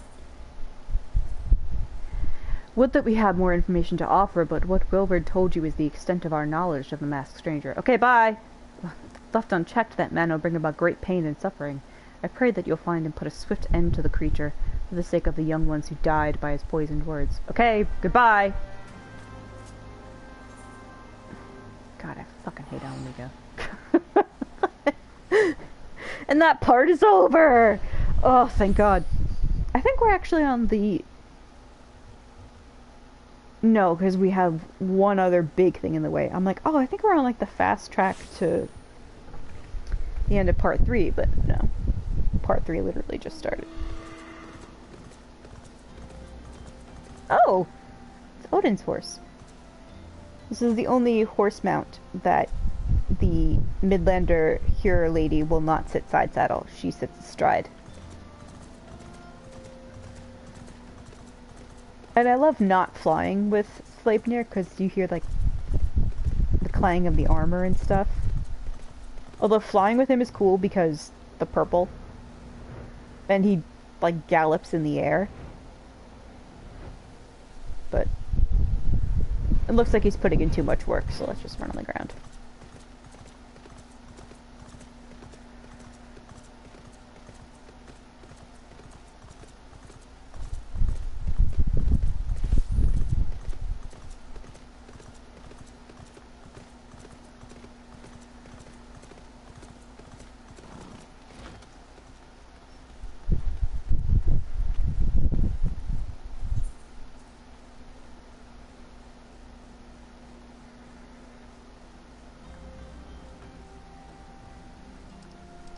Oh, I probably should have closed this. Hey, Thancred, how you doing, buddy? Right, same thing. Oh, right, go back to Summoner. I just wanted to show off the, the gun. But, yeah. Back to being a Summoner. And I will actually put on different clothes for her. I just really like this set. And all the other clothes I have for my summoning gal, or like my summoning concept, is just like really ridiculous. So, I don't know. I mean, I guess I could wear that. Why the fuck not, eh? Welcome back, Eva. I'm reliably informed the investigation took you to Quarrymeld and Little Alamigo. So tell me, were you able to learn aught of La Habrea? Sure did. Bunch of Little Alamigan resistance people fucked around and find out. Planted the knowledge of summoning in impressionable young minds, you say? Precisely the kind of deceptions the Ascians would employ. Yeah, by the way, about the knowledge of summoning, I know it. I am a summoner. Hi. While many of the ills that all the land can... While many of the ills that ail the land can be attributed to the calamity, some are brought about by a malign will. We must needs delve deeper into this, while things remain quiet on the primal front. All work and no play makes Minfilia a dull scion.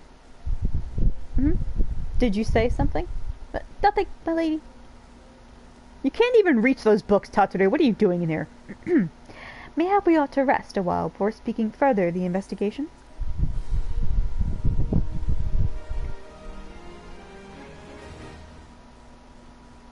Now, she said rest a while. And normally I would jump right into that, but I think instead we should have a little fun and do a dungeon.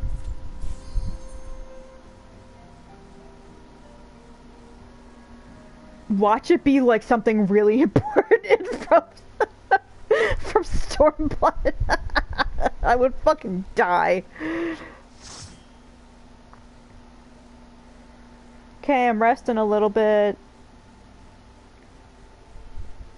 It might actually be a 50s one, now that I think about it. Oh no, okay, good, it's filler.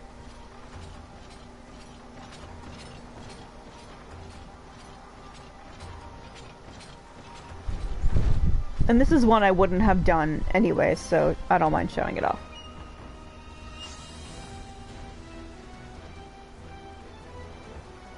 It's from Stormblood, obviously.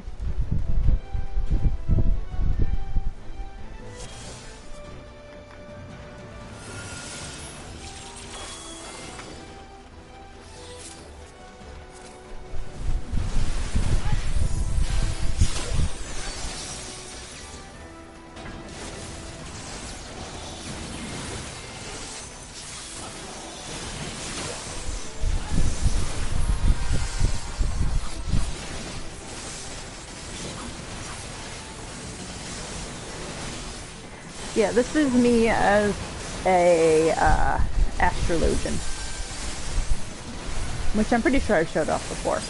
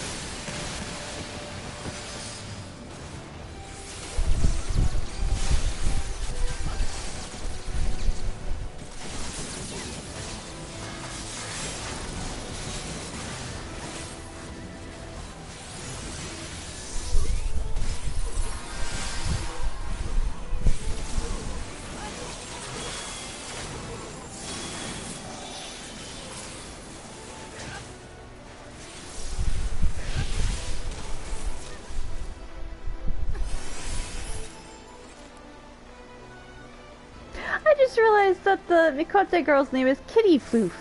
That's an adorable name. Kitty Floof.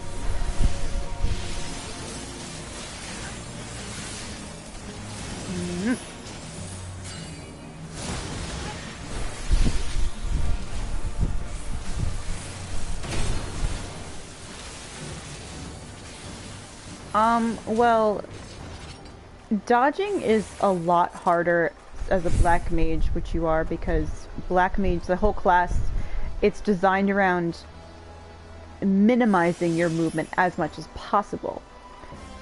So, for long stretches of time as the black mage, you are planted in place. Now, with an astrologian, I don't actually have to do that as much, because you can see, like, I can do a lot of stuff while moving. But if you're referring to how do I just get out of the way of things, I've done this dungeon quite a bit. Also, I don't know how to describe it, but like when I heal, I keep my eyes in two places, which is on the party health on the top left, and kind of like on the ground, or like on enemies specifically, because then you see where they're placed, and then you can see where their attacks are gonna be.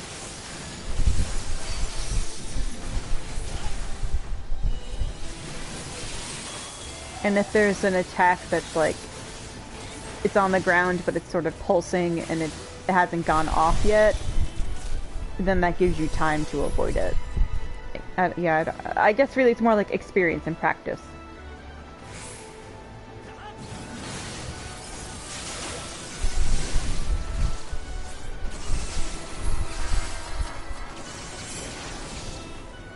In fact, one of the reasons I really love Astrologian as opposed to White Mage is you can move around a lot more as a Astrologian than you can as a White Mage.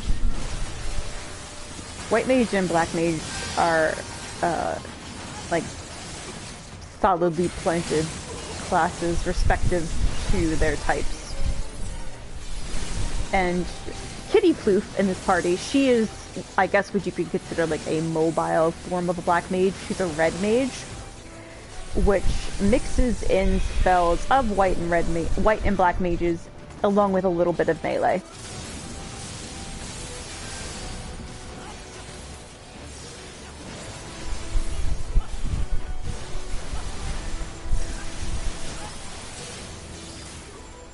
Even when you're not casting, your character won't move in time. Yeah, that seems to be like, it's you just learn enemy movements and timing. Like it's really just kind of like Bloodborne and Dark Souls in that way. It's like you just learn it through experience.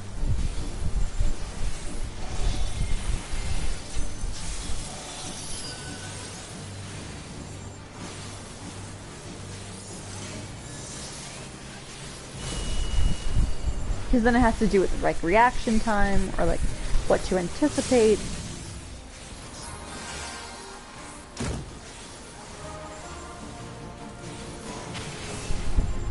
So you'll get it. It just takes practice. I was trying to say time and practice and it came out print.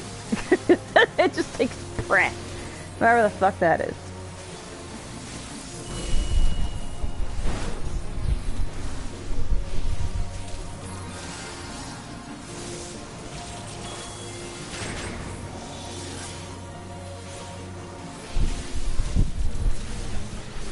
I will say one thing, while I've been like coasting through the Realm Reborn dungeons like nothing by myself, that will change in Heavensward. So me running dungeons will look pretty much exactly like this. Like you're actually going to see them, like with other players and whatnot. Although I'm being respectful and I'm not keeping their dialogue if they do have anything to say on the screen. Because I doubt they would say anything like that shouldn't be shared, but I still kind of want to be polite about it.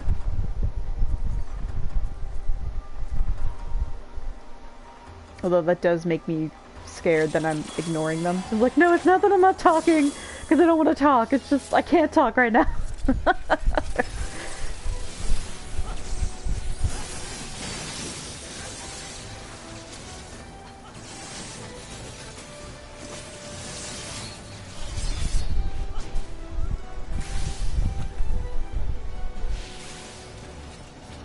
Where's my tank?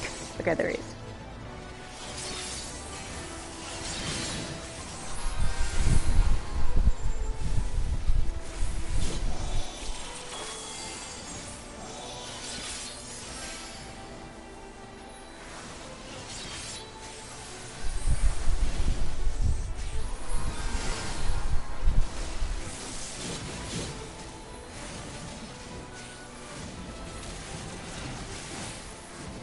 Also, Blue Jay, I don't know how you keep your camera, but I try to keep mine back and up like this, so I can see the floor as well as like what's ahead of me. So if you keep the camera close to your character's back, you don't see the floor as well, so you don't see like the lines of an attack or where it's going to be, or if it's like a circular attack or where to stand. So try not to treat the camera like it's a Bloodborne type of thing, like, which is something I had to unlearn And to keep the camera as far back as is comfortable for you. Although you'll see me fidget it and move around with it a bit just because I want to be comfortable. Or it gets caught on walls and corners and it's deeply irritating.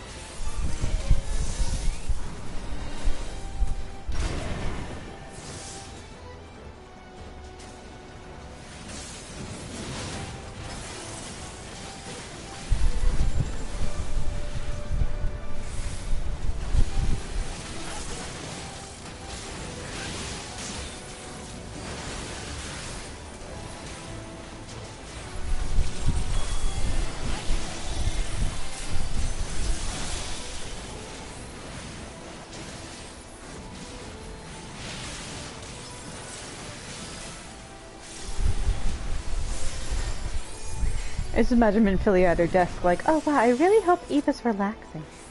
I hope they're having a nice rest before they get ready with the rest of the investigation. Little does she know, I have fallen down a wormhole. Oh god, his eyes are terrifying. No. Oh. Oh. No.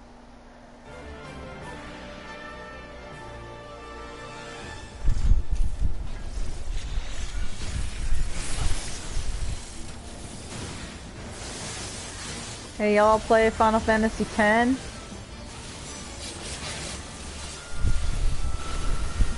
Y'all recognize Yojimbo here?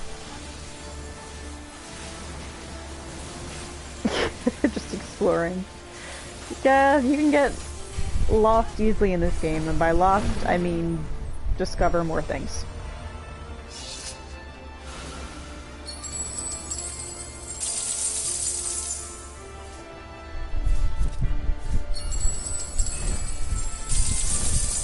Take money away from Doggo.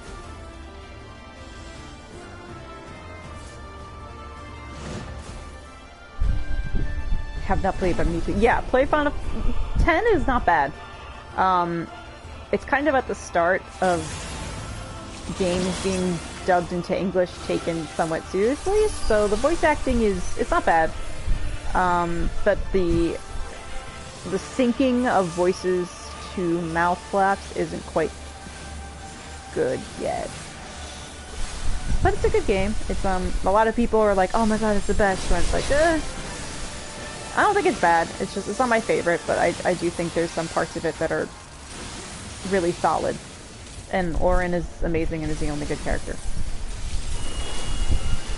Also, Jecht did nothing wrong. But that's neither here nor there.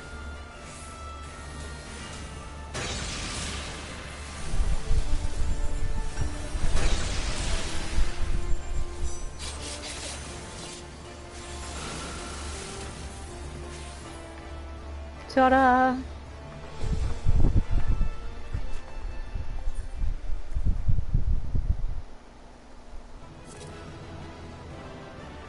Oh, the tank ran away.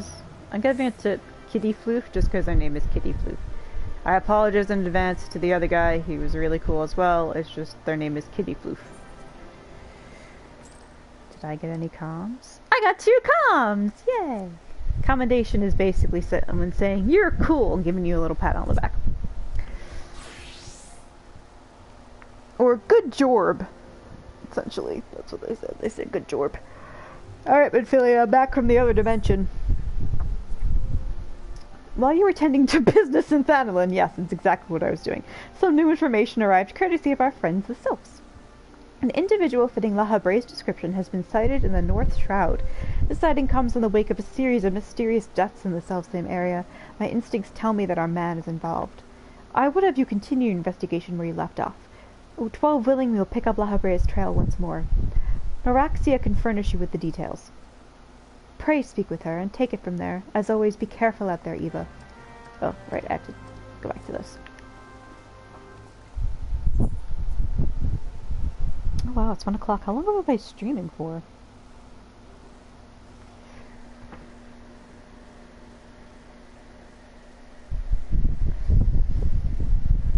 Two hours? Alright. I'm gonna go till 2 my time, and then I'll stop streaming, but like, I'll still be playing. So, so Blue Jay, if you're up still, I don't mind helping you out. But, I don't want Star to stay up later than she needs to. Or they need to, excuse me. Oh, Thancred! Anything new? Nope. Same thing. Okay. Okay, Thancred.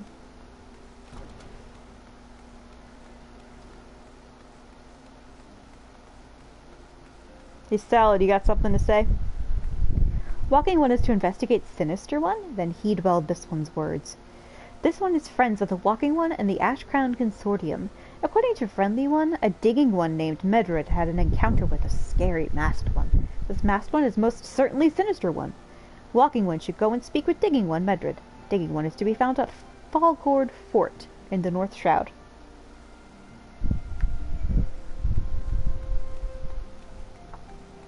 I almost read that as fail gourd.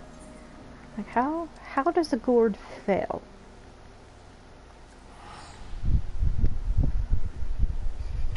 That woman is talking to herself. What the fuck is she doing?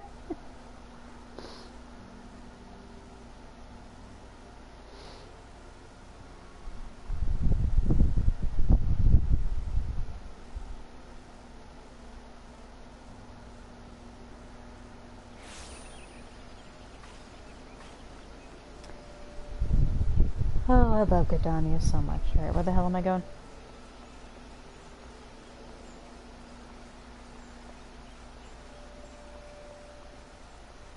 Oh, alright. I've had this mini now.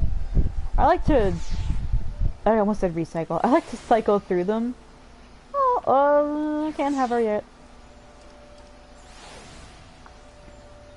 Oh, okay, yeah. Hello. Please leave me be. I'm not long for this world. Oh! This is gonna unlock a cool dungeon. Ooh. I look death in the face. Tis only a matter of time before he comes for me, just like he came for that poor woman. Medrod is clearly traumatized. Perhaps if you were to soothe him, he might remain calm long enough to hold a conversation. When stuff like that happens, Mummy, I'm sorry I wasn't a better son. I'm sorry I didn't eat my greens and do my chores. Wow, okay, he's just regressed clearly. When it tells you to do something like that, it means you're supposed to use an emote at the person. So I'm supposed to calm him down. And I calm someone down by patting them. With 2 hands. As if they're a loaf of bread. Or dough, rather. You're right, it's not as bad as it seems. I saw something terrible, that's true, but that hardly means I'm going to suffer the same fate. Thanks to you, I can think straight again. Thanks to your friendly pets. I believe I can even recount what I saw without losing it. It was just another ordinary day. I was headed back to the float when I noticed a suspicious character in the distance. A masked man garbed head to toe in black. He had a hideous fiend in tow, a winged creature that was all eyeball and jagged teeth. Taken by curiosity, I crept as near as I dared. To see the corpse of a woman! One glimpse was enough to tell me that she died a gruesome death! Ooh! In that instant I knew right away that the masked man was the minion of Fall, come to claim her soul for his realm.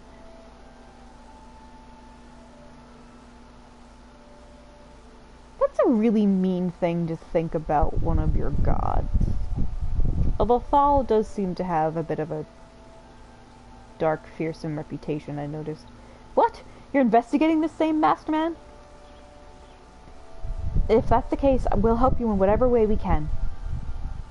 Anything to ensure that we won't have to suffer Medred's hysteria ever again. Alright, teamwork. That's what I wanted to— Wait, I haven't been that bad, have I? At any rate, I'm all for helping this adventurer. It's the least I can do to repay her for comforting me.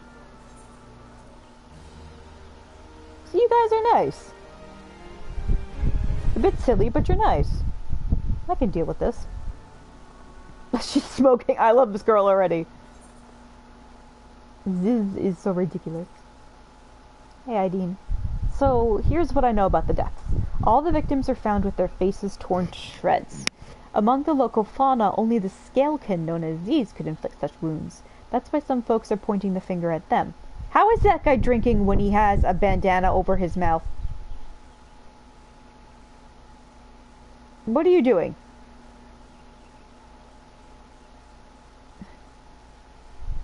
I somehow doubt that the answer's that simple, but for the sake of thoroughness, we should look into it. Why don't you put down, say, 3 of the creatures, and see if you can find any proof connecting them to the deaths? Alright, while I'm gone, please tell your bandanaed friend how drinking works. He doesn't seem to... He's a bit confused, but he has a spirit. Where am I supposed to go? Alright.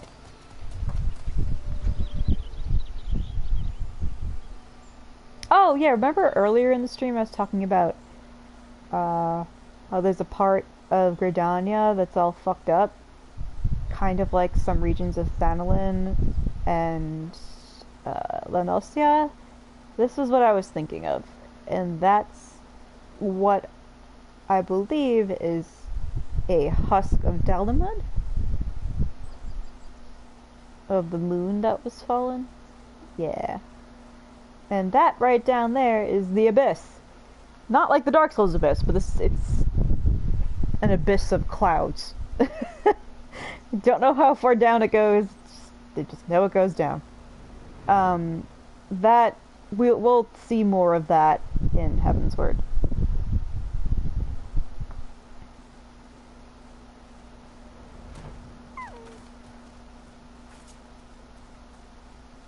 Okay, 1. Alright, I'm not picking a fight with you, so you can go away. 1.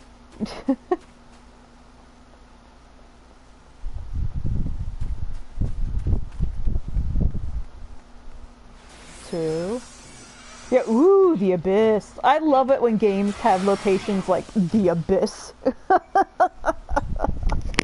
Because it's so dire and so sinister, and you're like, what the fuck?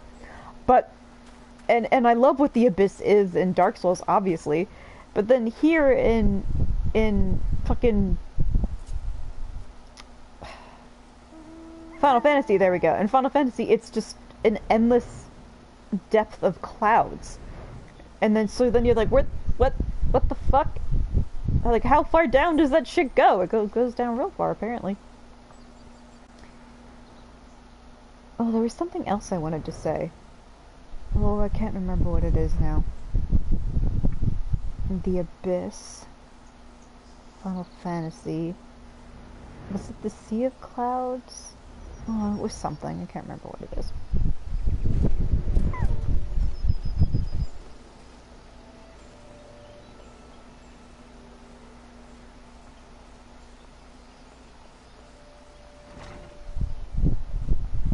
So it's not the dinosaurs. Have you already seen to this? Good work, adventurer. So were you able to find out to suggest that the creatures are our culprits? I don't know, I mean, I just one-shot them, but they don't seem to be, you know, that dangerous beyond that. Nothing. Truth be told, even if there were proof, like, you know, bits of flesh inside of their teeth, I wouldn't know what it looked like. Besides bits of flesh inside their teeth. Anyway, I believe we can safely strike these from our list of suspects, which leaves us with the masked man and his winged eyeball. That sounds like... No, never mind.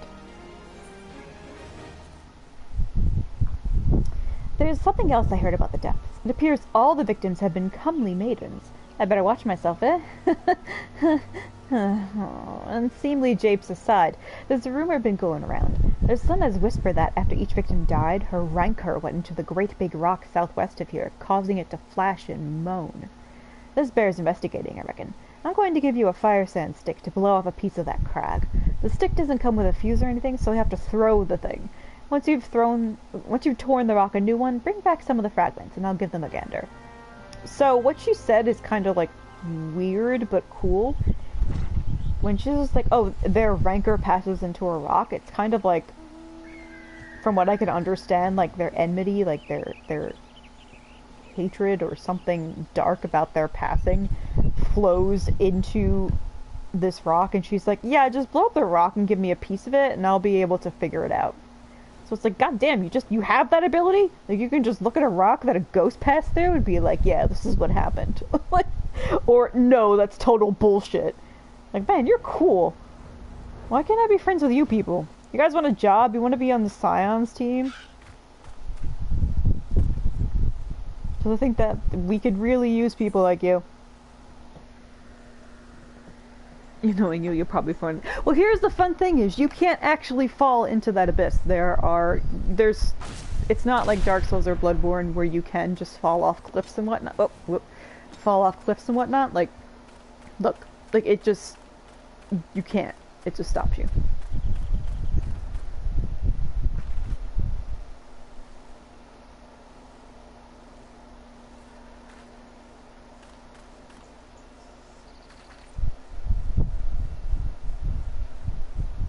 Don't worry, I'll find a way.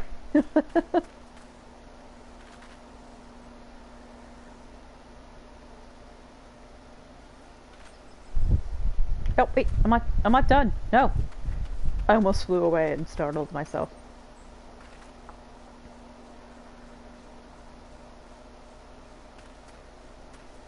Moved, goddammit. You fell many times out of bounds in Bloodborne. Yeah, but that's because there are ways to fall like that in Bloodborne. In this, like, there's genuinely no way you can fall off of a cliff into an endless expanse. You can fall off of cliffs, just not into an endless expanse. Unless it's in a specific trial in Heavensward. That's the only time. In fact, the only time they do, like, Dark Souls-esque fall off the cliff instantly and die, like, barrierless things, excuse me, are in boss fights like that, in trials specifically. Like, that's the only time or place that it exists. Which is really nice. Most folk are too scared to go within 100 yalms of the Rock of Rancor. Aye, it has a name, but what's a few vengeful spirits to a dauntless adventurer like you, eh? Here you go. I got a blast. Clips through the floor and falls into the abyss. Huh? What, these are just your garden variety crystals.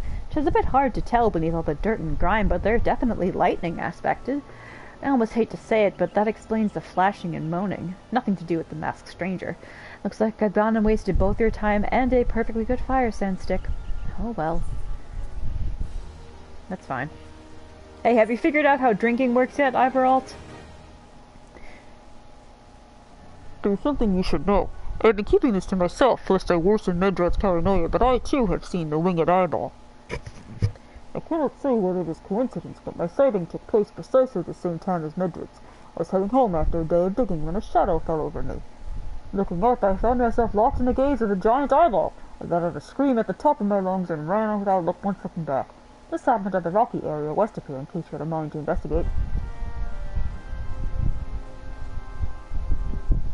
Shows up uninvited into the abyss. Y'all got Wi-Fi down here.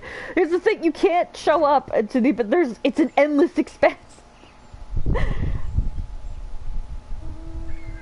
To my knowledge, anyway, there is no bottom to this abyss. Although there is, I don't know, I'll have to look it up. Or just investigate it. Hence. Investigate it / refresh my memory. Whew. I'm not tired, it's just my brain has had to do a lot of talking today, because today was a therapy day. And I did not enjoy that.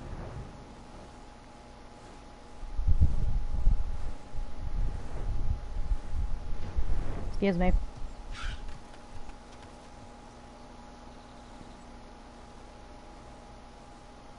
One does not simply walk into the abyss. Oh, Jesus Christ! Bye.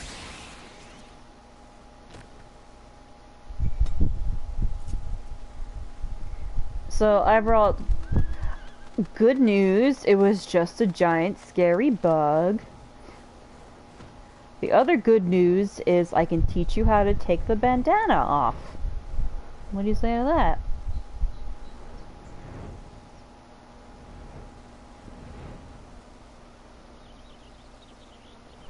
I just noticed that music has not been playing at all here. There we go. Oh look, I'm on your chair now. A monstrous bane might appear, and you slew it? That creature had long been a scourge upon the folk of Falgord. Intentional or no, you have done us a great service. You have my gratitude. But this does make me wonder, was it truly a winged eyeball I saw? Or merely a trick of light combined with blind panic? Hey, sorry to say, buddy, we found no proof of any of the shit you saw. Well, but I believe you. I did not mean to hit X twice like that. There have been no promising signs of the murders. I can scarce get a wink of sleep knowing that the killer is still at large. Judging by your furrowed brows, I'll take the sorry business troubles you as much as it does me. I had been pondering my encounter. I was uncertain for a time, but there can be no doubt. It was a winged eyeball that I witnessed. It's implausible that I could have mistaken so distinct a creature for a Bane mite.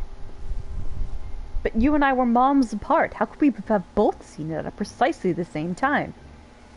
What's more, our friend here had a run-in with the Bane mite at the very spot you claimed to see that fiendish eyeball. Isn't that right? There must be an explanation. I know I saw an eyeball with wings. I would wager an apple tart on it. Ooh, he's serious. But listen, mayhap it's not as mysterious as we're making it out to be. There's no reason why there couldn't be... Gods, of course. There must be more than one of the buggers. Ugh, it's so obvious. But then that means, since there have been repeated sightings of these fiends, that there must be even more victims as yet undiscovered. Gulp. I do believe we're out of our depth. We ought to leave the rest to the expert.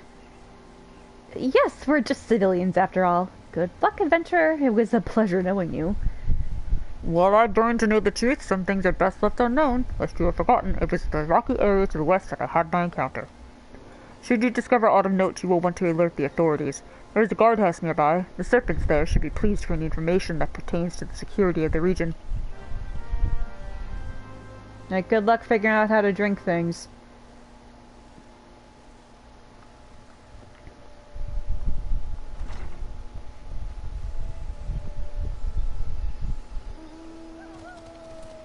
Man, this puppy really likes to be out a lot. I know it's just like roulette, so it's pure random, chance and happenstance, but like it's always this puppy. Which is kind of funny because it's sort of connected to the Imperial Prince I was talking about earlier and how I'd said that I would suck his dick and that he's so tall that Eva here doesn't even have to kneel down to suck his dick, she can just stand. Mangled corpse! Wonderful! Oh my god, it's a floating eyeball, what do I do? Hello, mangled corpse. I picked up the body, apparently. There we go. Hey, Sleipnir.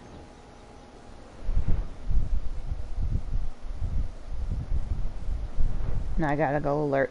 5-0.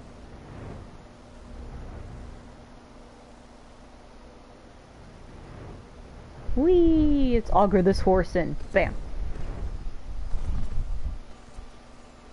What? Where? What? Where? What? Oh, in here. I just spun the camera for nothing, sorry. Greetings, adventurer. Is there aught I might assist you with? The body of this poor soul has been defiled in more ways than one. Good lord. Yeah, here's a body. I'm just gonna slam this body. That's in the shape of a flower. A pretty flower in my inventory. So kablam, here's a corpse. God, be good, not again. Okay, no, I really did just slam the body up the ground. No matter how many bodies I see, I cannot seem to get used to the horrid sight. Poor woman. Identical deaths have been reported in the central shroud. While the masked stranger you seek does not seem to feature in any, sightings of the winged eyeball are common enough. The creature appears to be moving the bodies, but to what end none can say. The victims have all been young women. All are found with their faces mutilated beyond recognition. It's been difficult to identify them so as to notify their next of... This button, engraved with a lily motif. The very same object was found upon another victim. A family sigil or that of an organization, perhaps? Let the bodies hit the floor. Blue Jay, no! No, Blue Jay. Either way, I dare to hope that this find will prove pivotal in solving the murders. It sure does, because I know where to go. I've known for a while, I just can't go there.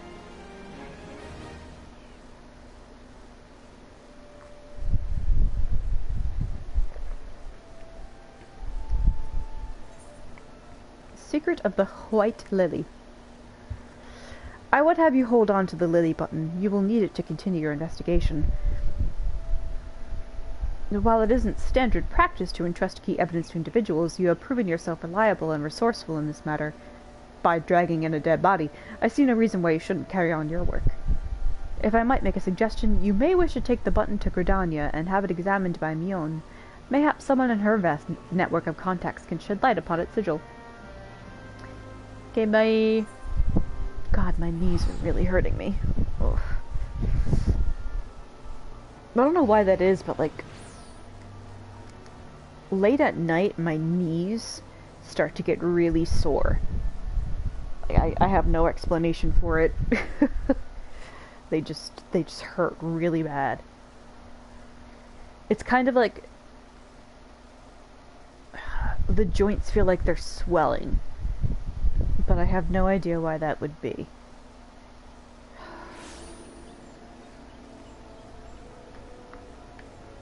Oh, cool. Finally I can change my outfit.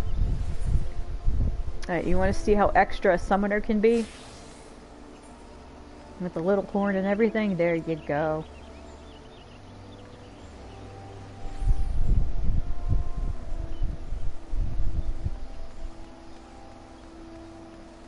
Ted Germs.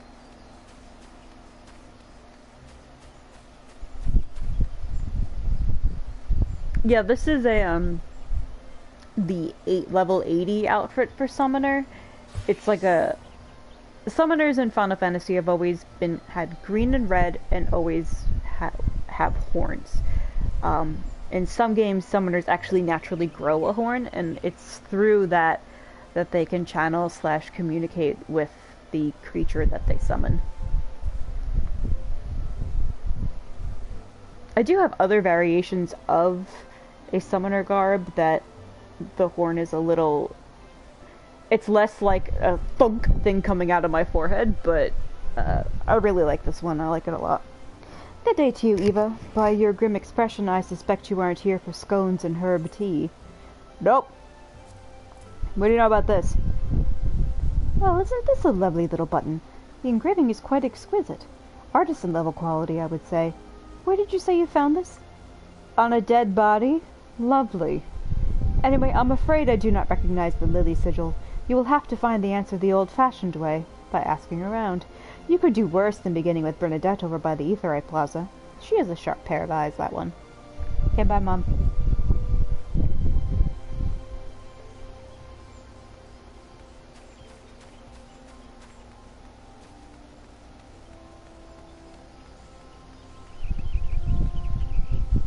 Hey, Bernadette.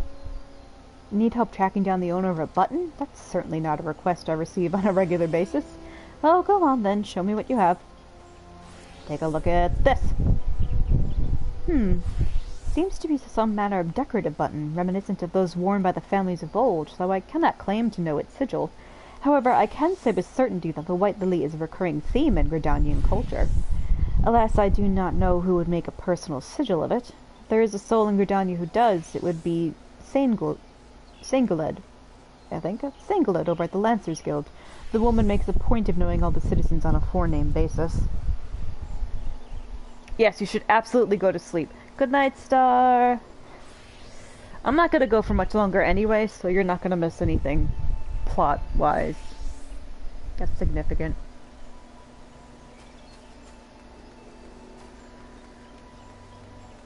Oh, wait. I'm silly. I can just transfer. I mean, teleport. Oof.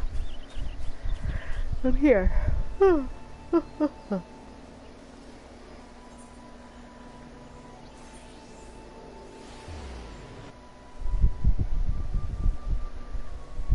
Now there's a dungeon coming up, as if you haven't been able to figure that out. So what we're going to do is unlock the dungeon, but I won't do it until next stream because it's such a cool dungeon that I actually want to start the stream with it just so people can see it easily, I guess. It's really, really cool. Bernadette believes that I can help you? Well, that is a rather bold assumption to make. I will try to assist, never you fear, but whether aught comes of it is another matter. Now, then, what do you require of me? Take a look at this. Fascinating. Work of this quality is rarely seen in the hands of ordinary Gridanians. The owner of this button is most certainly well-to-do. You may wish to take your search to the Gentry's ward, northwest of here. Wait, a memory comes to me. Of late, there has been a man who is perpetually seated at the bench by the ward's entrance. His name is Ursundel, and I distinctly recall seeing a markedly similar button upon the breast of his jacket. I dare say he can tell you a thing or two about it.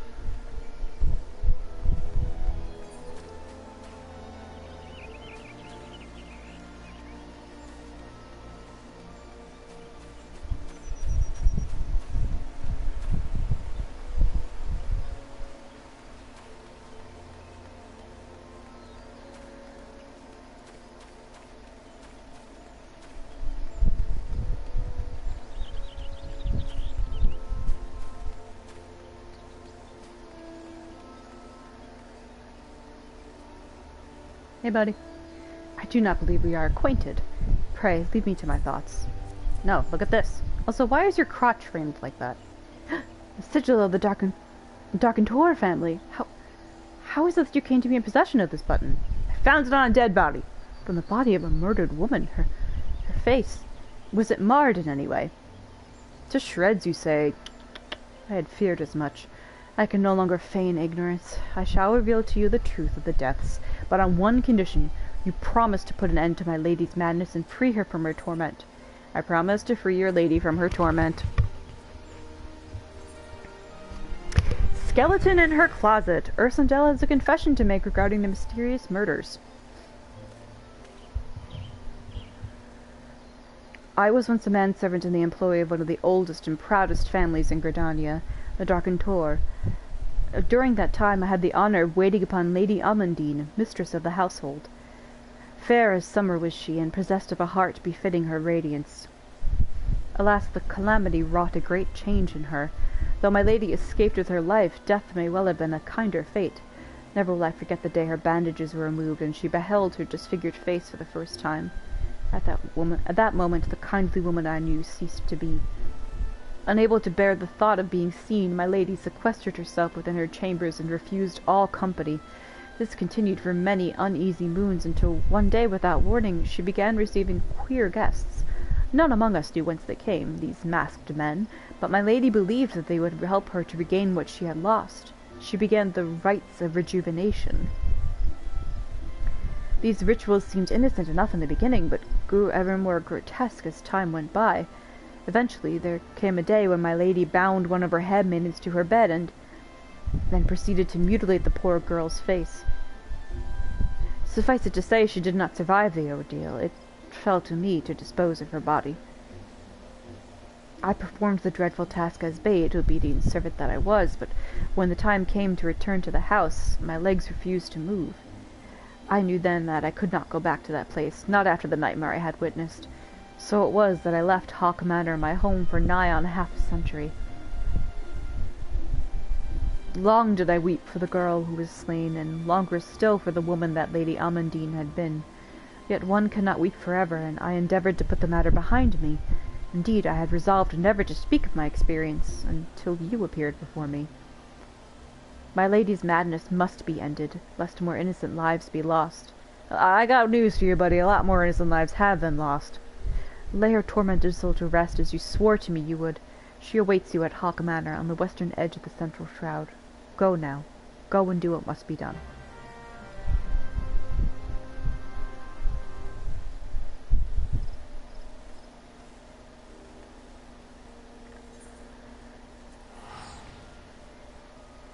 So, to sum up that whole quest line chain, La Habrea, or another Ascian, but presumably La Habrea, has been communicating with Lady Amandine for some time now to try to get her to what she believes will help restore her beauty, and a series of rituals that then became, flat-out kidnapping and murder and mutilation.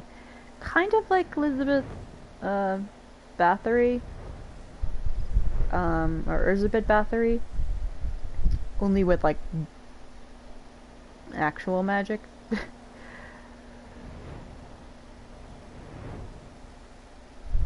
And look! There's a floating eyeball. There's another floating eye. There's a ton of floating eyeballs here. There's those creepy fucking things, whatever the hell those are. Huh, I never actually really looked around the yard. But these things aren't gonna attack me, so let's just look around. Alright, that's not anything, but... Or it looks like it would descend, but the... Oh, no, it goes up. Huh.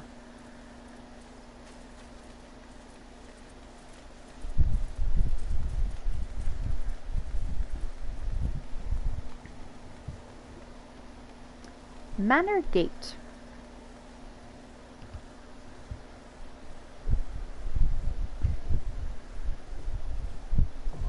And I have unlocked Hawk Manor. Bergenworth? It does look like Bergenworth, I agree. So we're gonna save Spoopy Mansion, woo, for next stream because it's really cool. And I actually want to show it off. And I think you guys would like it. So, Blue Jay, I'll still be online. I'm just not streaming. So, thank you for coming out and hanging out. And Blue Jay, I'll talk to you in literally like 2 minutes. Unless you're going to bed, then I won't talk to you in 2 minutes.